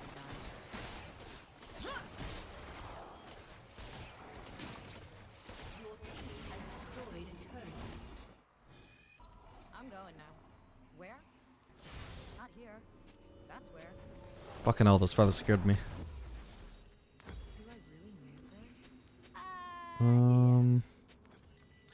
I will actually prioritize Longsword over Crickloak here just so I can get a faster Lost Whisper. I think Lost Whisper will be a quite a big prospect considering how much armor Leona is building. And even Garen gets a lot of armor naturally just from his W. Probably also has conditioning, so even more armor from that.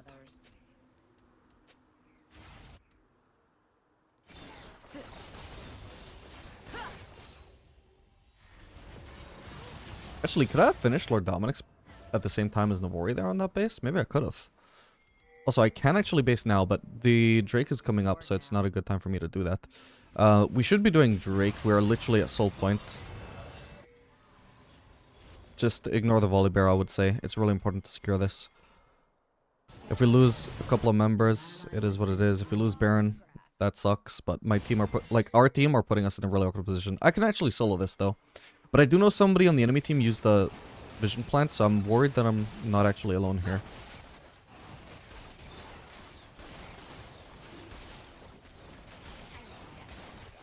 Yeah, didn't actually need Sejuani. Okay, I can actually base now. I shouldn't have cancelled my base here. My logic was, ooh, but I could get this wave. But Vel'Koz also could have got the wave. It's fine to give up a wave. Like I think it would be fine to give up a wave here, so long as it's actually at least giving my mid laner a wave that he otherwise wouldn't have. For example, can he really go bot here? No, it's pushed. Can he go top? No, it's pushed. The only farm he could have possibly got is the mid lane wave. So, do I necessarily think farm on him is better than farm on me? No, I think, especially because I'm a smurf, I know that I'm going to use the gold better than him. But if giving him the gold would give me the upside of having a faster base and getting onto the map faster with this increased power spike, I think that would be worth. So I think that's why that was a mistake for me to cancel my base there to go for the mid lane wave. If I was the only person that could farm it, fair enough, but it wasn't the case. Would have been perfectly fine to leave that farm for my mid laner. I could have actually done a better job of holding my ultimate, my ether to secure that. My bad, I wasn't thinking about securing, but I should have been. Jesus.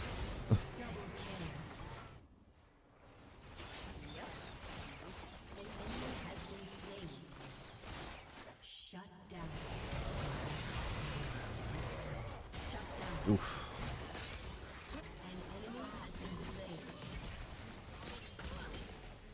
But on the bright side, if I'm trying to go for 10 CS per minute, which is always nice, then going for that wave helps. Your team has destroyed an inhibitor.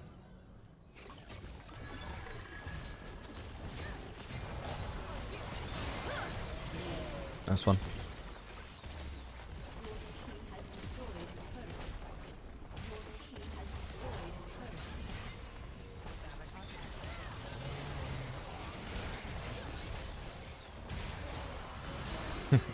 GG.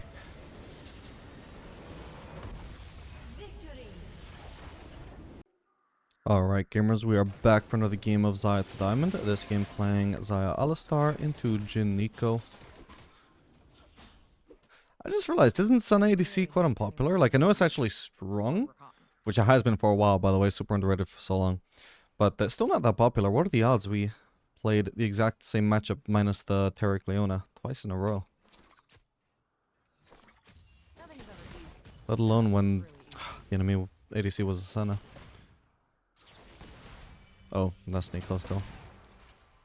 Annoying that I got minion blocked into that Jhin Q, but whatever.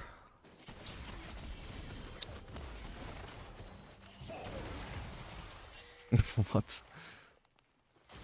That's not even worth doing for poke, by the way. Look how little damage that did. So I do. It's a waste of mana, and look how much damage you tanked for it.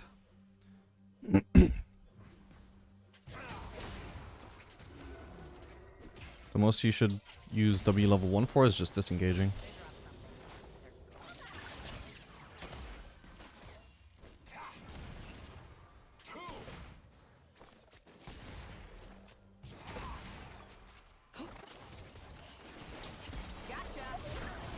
Ooh, that could be good though. Nice, got her. Now if I can potentially root Jhin for Alistar. Oh, I messed it up anyway. Oh well. He definitely should have kept chasing as long as I was still going in though. It's kind of hard to get the root off with very little attack speed there.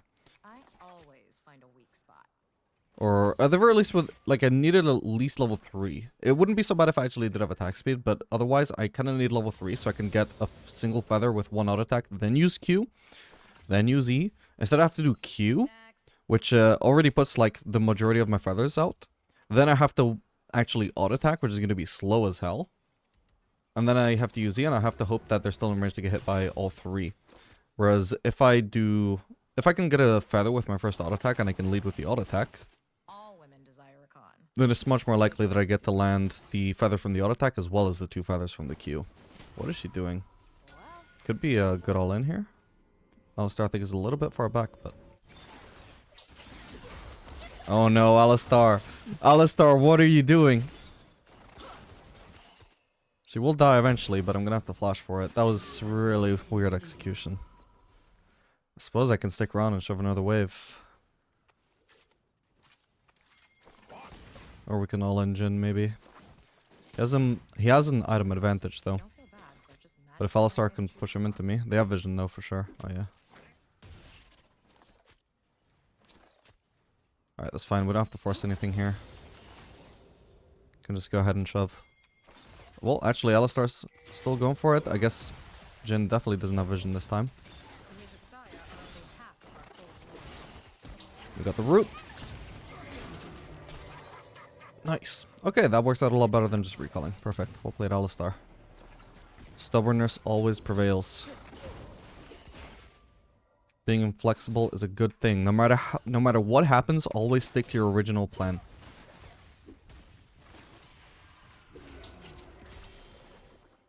Rebellion puts the fire in my blood. Nope. Finally, we got the shove. Never thought it would take so long to crash a wave on Xayah. I'm going now. If I miss the plating, oh well. Anywhere now. I need to prioritize the base. Looks like I don't miss the plating though, good. I know I'm being. Alright, and this time, I'm just gonna do the static shift. Or, no, actually, no, there's a decent chance this is gonna be the last game of the video. Let's prioritize trying out the Sheen.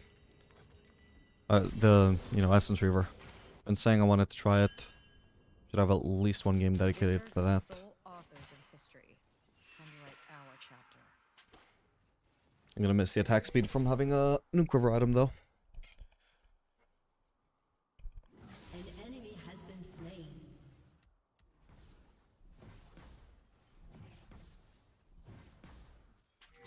Chaos is the preferred state of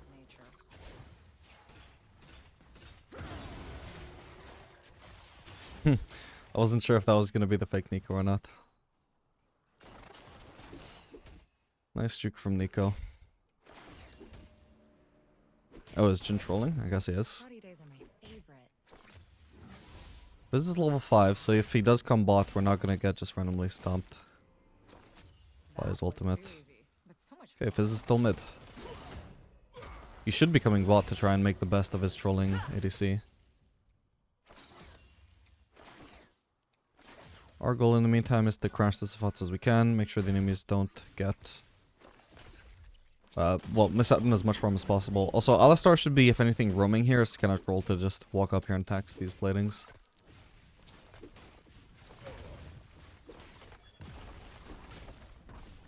I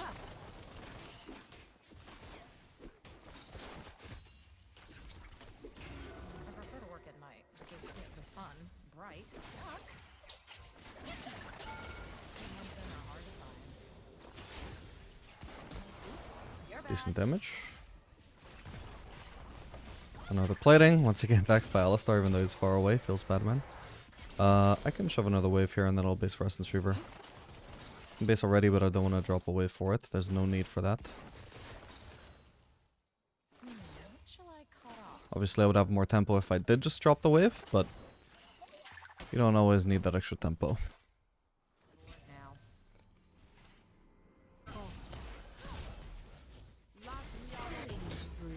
Well, it's gonna make if Jhin actually just truly trolls this game away, it's gonna make for a very bad testing of Essence Reaver, but can't help it.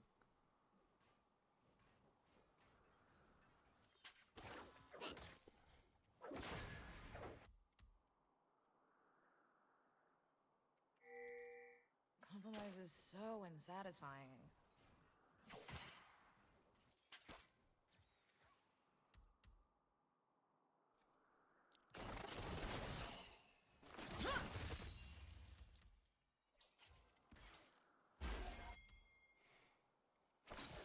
Bossy como usted.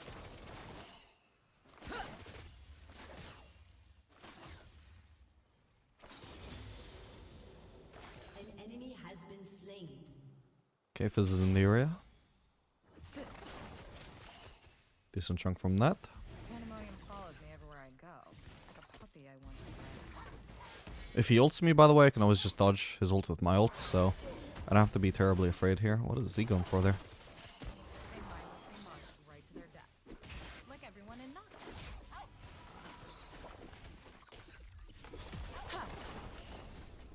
I don't think I reached them.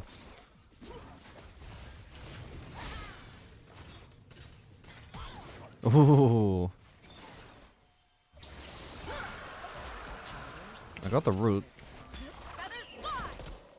Managed to hit her with the damage. What the hell? God damn. I didn't think I would get aggro there.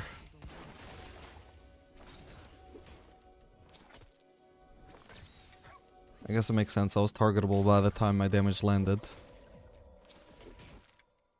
I think maybe if you use your, like, damage them with your ultimate from very close range. Nice one.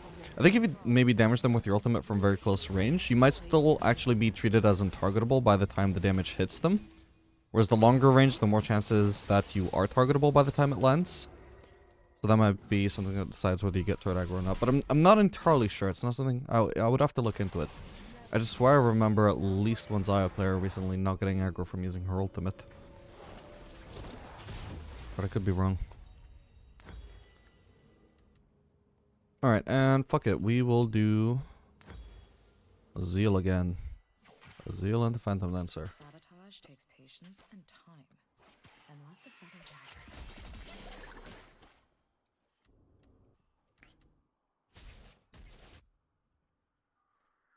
But regardless, anyway, it's a good game to test the Essence River because the comp isn't that tanky. It would help to have Kraken Slayer against the Nasus, but that's about it, so... About anything is never on my to-do list.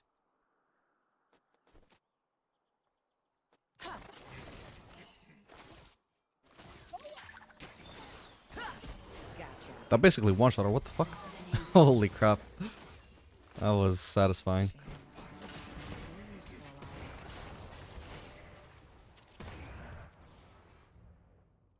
Does give you a lot of mana to play around as well. It's something I definitely can't overlook. So it just means that I can go for these like QE pokes a whole lot more often.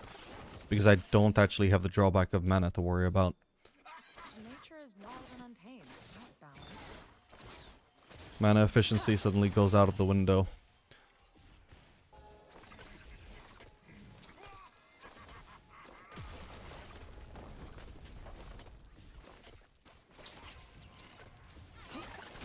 I'll do whatever needs to be done. Twice. It's nice. As long as I'm not worried about needing the cooldown of QE, then I just keep spamming that. And it's doing a lot of damage. Like, it's doing a lot of damage that I could always do, but wouldn't want to because I'd run out of mana if I kept doing this.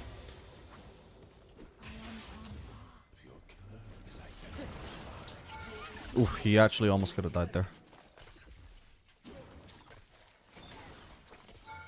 That's a good plating.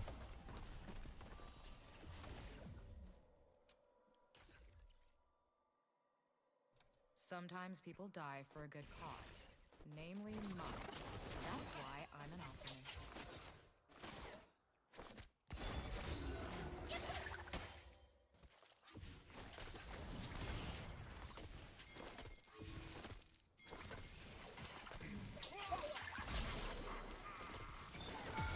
And another plating. Never learn.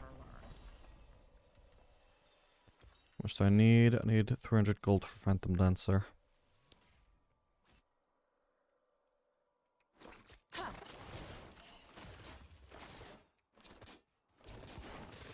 And I really hope this game actually goes to 3 items, because I want to test how much reduction I can get from my from my W.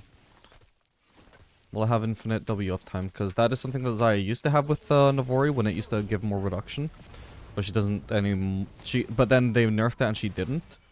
But she could still have it so long as she built Essence Reaver, and then I think they nerfed it to the point where even with Essence Reaver you couldn't have it.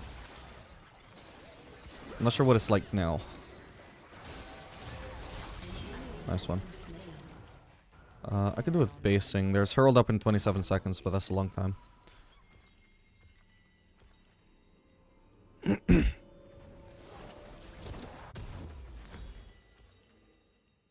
really need this? Yes. 12%. Yeah, I don't... I might have the infinite uptime with W, I'm not entirely sure.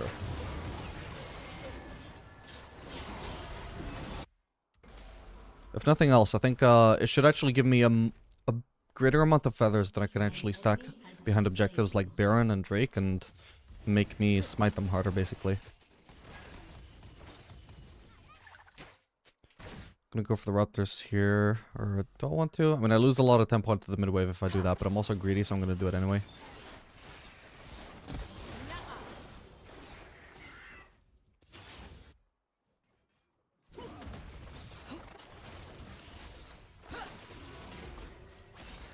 My bad.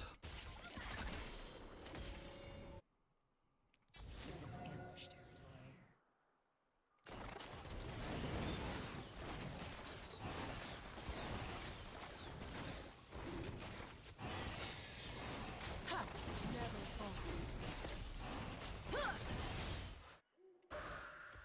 Oh, I was born to ruffle feathers. Oh man, 12-0 is the score. There's no chance this game is reaching 3 items. Regardless though, I mean, I do think, even if it's obviously not been the greatest game to test, the Essence Reaver feels strong. I think it's worth warranting more experimentation next time I play Xayah.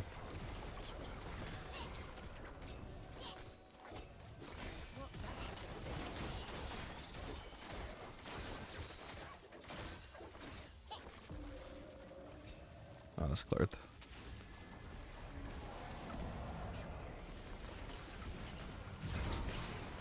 Their team can surrender already.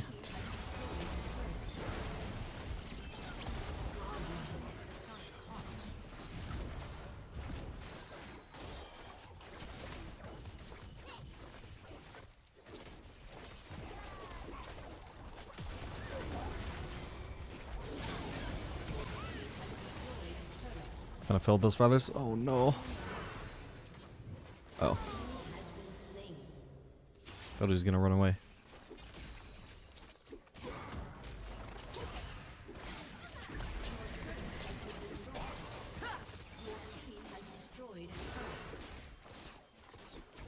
I hate flowers.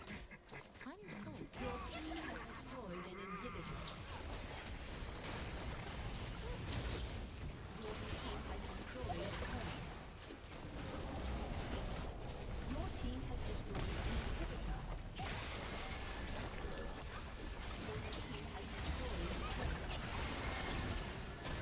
You know what would be the sickest Nico flank of all time, actually? Is using your clone in that situation where Nico just did it in exactly the same way, except the clone is the one she sends behind, running away, and the real one, she just walks behind us and then just randomly activates ult, while we're all assuming it's the clone.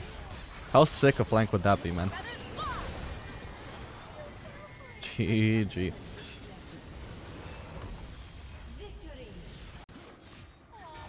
What the hell? Take W here. Could do more damage than the level 1. What is he going back for? Oh my god, it took a lot of damage though. A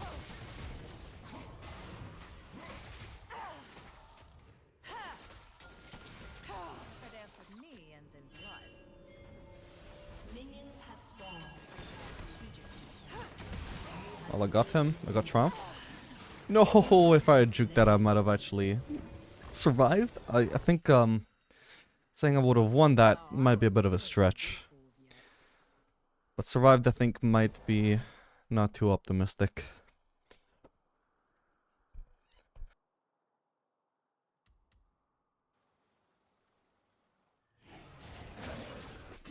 Alright, we're back for another game of Xayah the Diamond. This game playing Xayah Pantheon into Jhin Amumu. Gonna be running Cleanse. It's gonna be amazing this game against Amumu and Lissandra. I think it's very silly as well not to run Cleanse against Amumu in lane, since at least by the level 6 it's gonna be really unplayable if you don't run Cleanse. Especially Xayah, where sure you can dodge a lot of skill shots that you would usually need to run Cleanse for, like Leona, just by ulting it, but since Amumu is not really something you can react to, you just predict it. You don't want to risk predicting that wrong. I'll have to cleanse that. Oh, fuck me. Oh, I've played this really badly. Alright, we back out. What the hell did I take another attack from there? What? Is that maybe the Q bounce on the Pantheon? I swear that was magic damage. Alright, my bad. Quit crying. It's just a feather.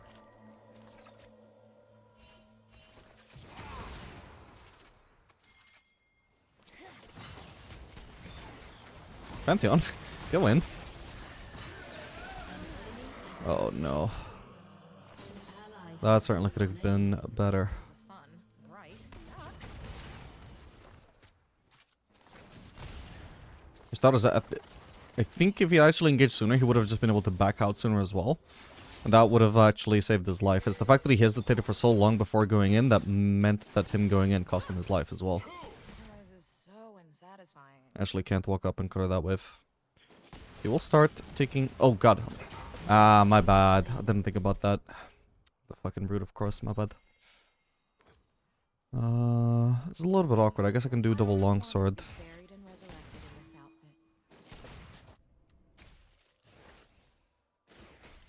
in this outfit. It was a bit of a fucky wave state there. I really needed Pantheon to survive for this to be... like, really properly playable. Because if I guess, in hindsight, I should have just based. It's really greedy for me to try and shove this wave out. I should have just accepted that I needed to lose out on this wave and just backed out. I really didn't think that he would actually reach me though, to be honest. Third state of nature. We have the same movement speed. I guess it's just the fact that I was going up against the wall while he was walking in a straight line that led him to catch up to me there. An enemy has been slain. Sometimes people die for a good cause. Name Unless he maybe has Relentless Hunter, but I doubt that.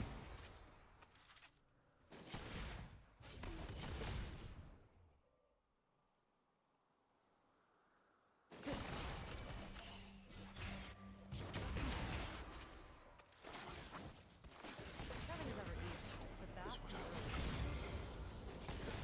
Anyway. Ooh, actually, wait. I was gonna say, this game we're gonna try out the Essence Reaver again. But I just realized I built double dagger thinking that one of them would build into Noon Quiver. I suppose, though, I can just build the dagger into Zeal for after the Essence Reaver. I guess that could work. unwanted attention. It's not optimal, but it could work. And that's without selling the dagger. I could always just sell the dagger as well. I'm assuming they're based here. Yeah, Jin is definitely based for some reason. Oh, wait, he never actually spent his gold. What the hell? Wait, I never even realized that. Maybe I should have been looking to go aggressive there.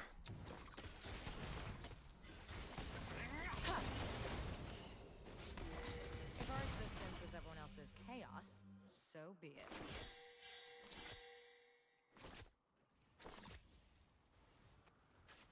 We don't actually want to shove here. Is the Momo still roaming?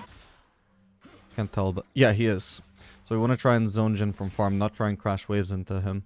Either that or we actually try and dive him, but I don't know that Pantheon will want to dive. Instead he shoves in the wave and leaves. Goddamn.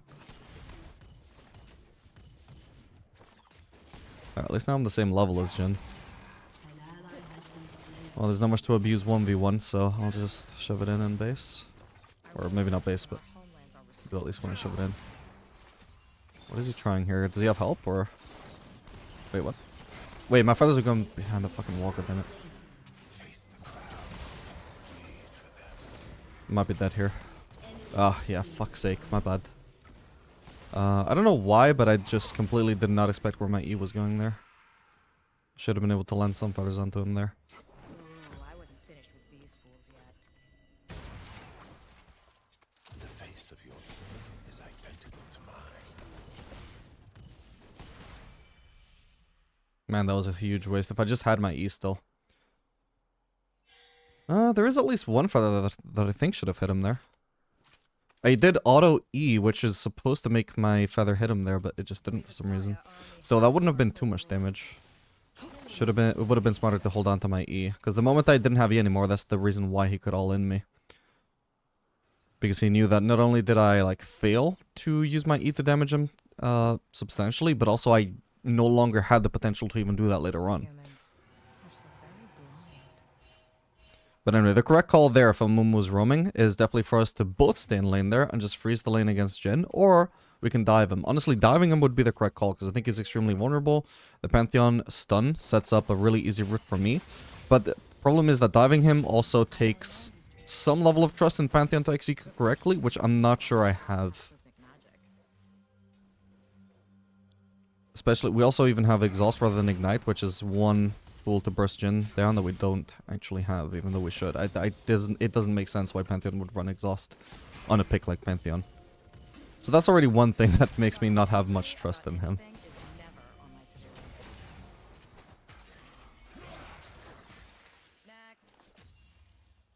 Anyway, from now on we just have to play the lane as if we're behind, because we are. So we play defensively. And play around the Yi ganks. But you see how long it takes him to actually engage? He's lost all of his HP by the time he goes in. That's what's been going wrong so far throughout this entire lane.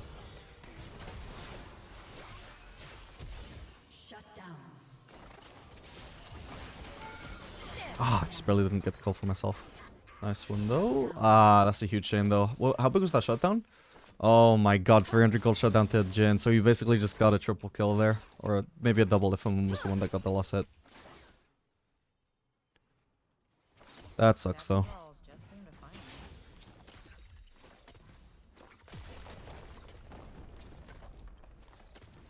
I can actually get boots already.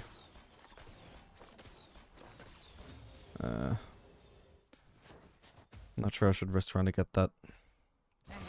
Actually, I should have consumed my cookie faster, literally just so I can get to these brushes faster.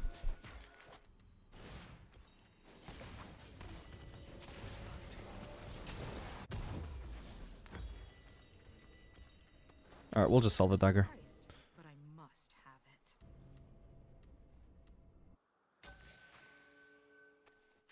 He could try and freeze this. Nah, never mind actually. Jhin is really fast, he's got Youmu's. He's less fast now, because it's out of combat move speed. I'll do whatever needs to be done. Twice.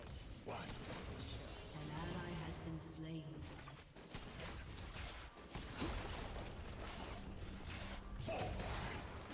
They mindlessly march right to their deaths. Okay. Like everyone in Noxus. Okay, we see Lissandra.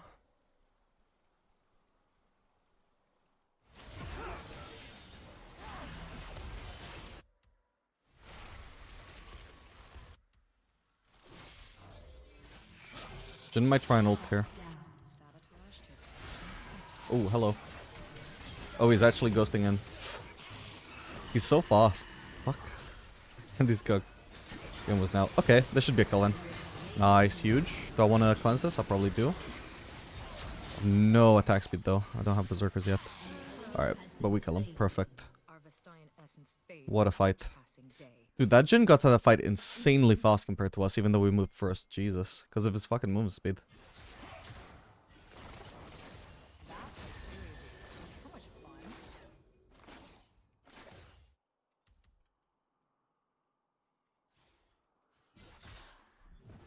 If I get shoving another wave here, that would be nice. As much as I don't actually need that gold for Essence Reaver. Ooh. I think wants to try something here. I do need to try and make it not too obvious though. Pop around. It's already not going as well as we'd like though. Fuck.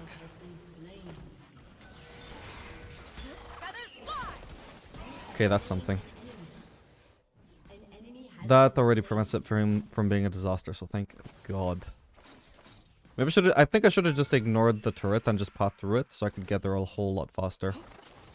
Provide my team with some faster help. Then I think Jhin wouldn't have killed anybody. I was too focused on taking a pathing that would not get me turret aggro. Or waiting for the wave, whichever was faster, but I should have just ignored it altogether. On the bright side, we've made a huge comeback in this lane, mostly thanks to the efforts of Master Yi. I actually have a CS lead, and I'm not quite even in kills, but I do have more assists than Jhin, so we're on a good pace here. We're basically probably even now. Even-ish. They say I don't know when to quit. Like that's a weakness. We have very similar gold values in our inventories, at least. Oh, missed. Rather, Amumu had ult back up. Oh, thank God. We ignore this farm.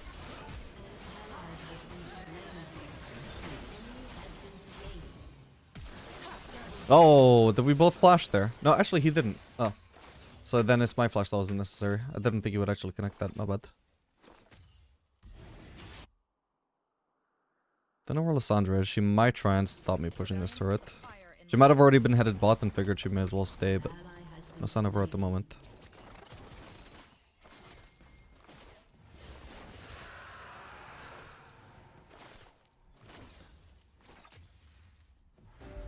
Alright, I'll base.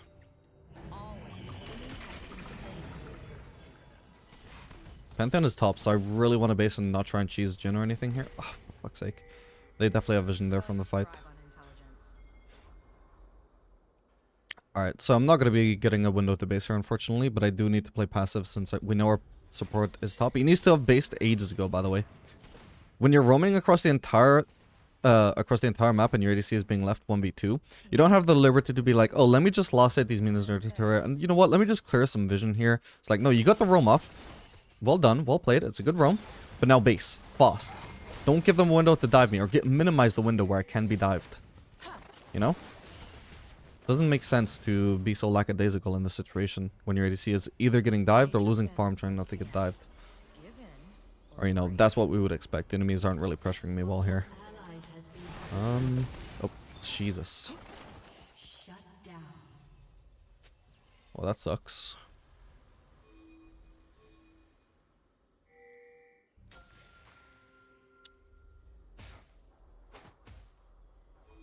Victors are the sole authors.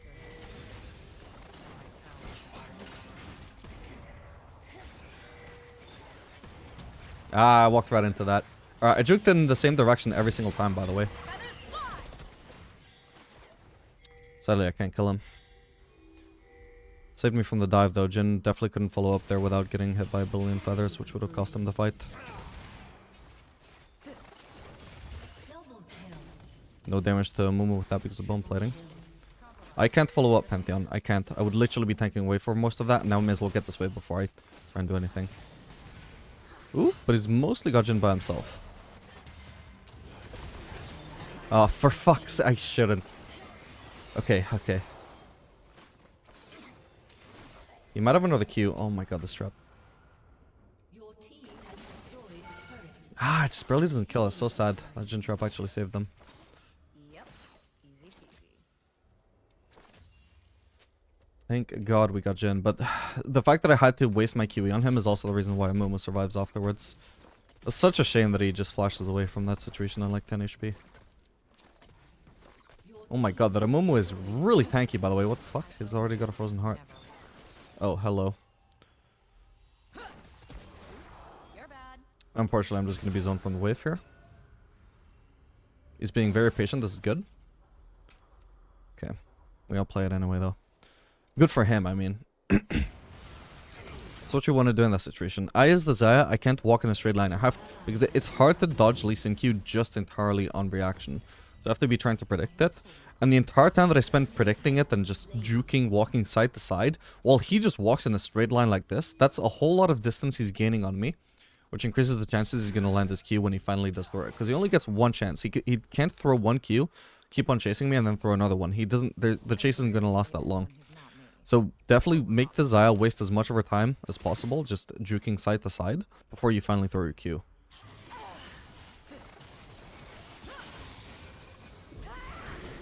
The hell was this popping? Oh, for fuck's sake. Didn't need to take this. Okay. Seems I may have baited Lissandra into a terrible decision, though. Somehow got no assist on Lissandra, though. Jesus. How did the Yi just kill Jhin so fast? Bro was like nearly dead. Wow, we actually get this turret. Because of these voidlings. Oh, do we? Yeah, we do. Nice one. I can base now and pick up a pickaxe. I'm going now. Where? Please don't cancel my base all off. I might be screwed here, actually. Going for it. Yeah, sad. If my team reacted sooner to him actually going on me, I think I would have been able to survive. I'll see that again.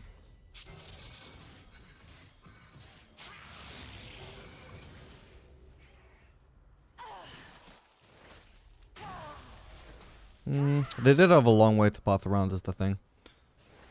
Might not have been actually helpable. Is there any way I could have played it better once he did go on me? To be fair, I was just kind of gritting my recall there as well. I probably needed to... Yeah, I don't know if there was really a way I could survive that when I'm being that greedy. Besides just ulting his axe, in hindsight. Or, you know, just dodging the axe. But I was coin flipping whether whether I would actually dodge it or not. I had no guarantee that I could dodge it, no matter how good I am. No one will block I basically forced a skill test and failed it, is what happened there. It's a fucking trap. Nice. Oh my god. Nice one. Alright, he's back.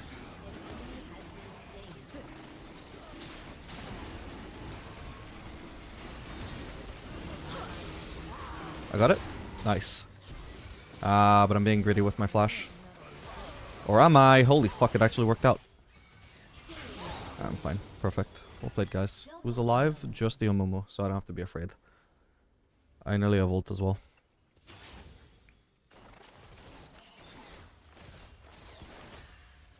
Nature is wild and untamed. I can probably even get this turret. Maybe. I mean, Lee Sin just came up, actually. Because Lee Sin came up, like, if it was their top laner, I'd be like, oh, you know what? Their top laner will probably just go top. But if it's the jungler who can literally go on any part of the map and it would make sense for his farming pattern, then, yeah, I'm going to assume he's probably going to be in a position where he could kill me bot. So I'll have to not push that turret as much as I want the 700 gold.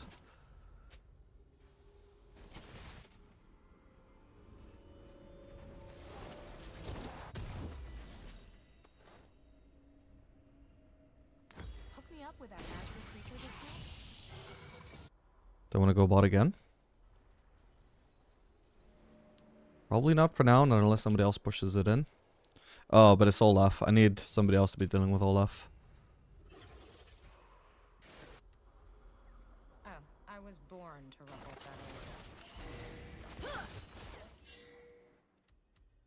feathers. I can, like, respond to waves that are being shoved in bot lane, but I can't just counter a split pusher.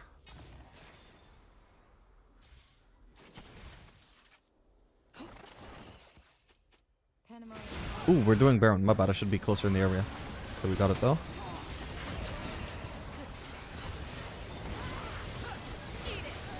It's better that I tank all of these shots, honestly. I don't even try and dodge those. It's much better that I, as the full HP champion, tank those shots than, like, risk them actually hitting my Master Yi or something. Anybody who's low.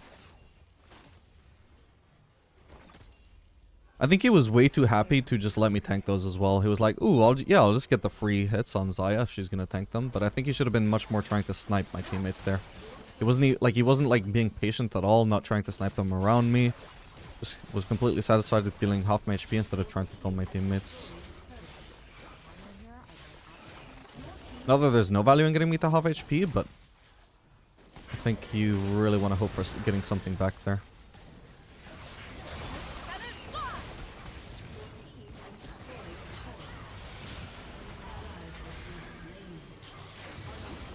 Ooh. Nice one. Okay, what a random ending. GG.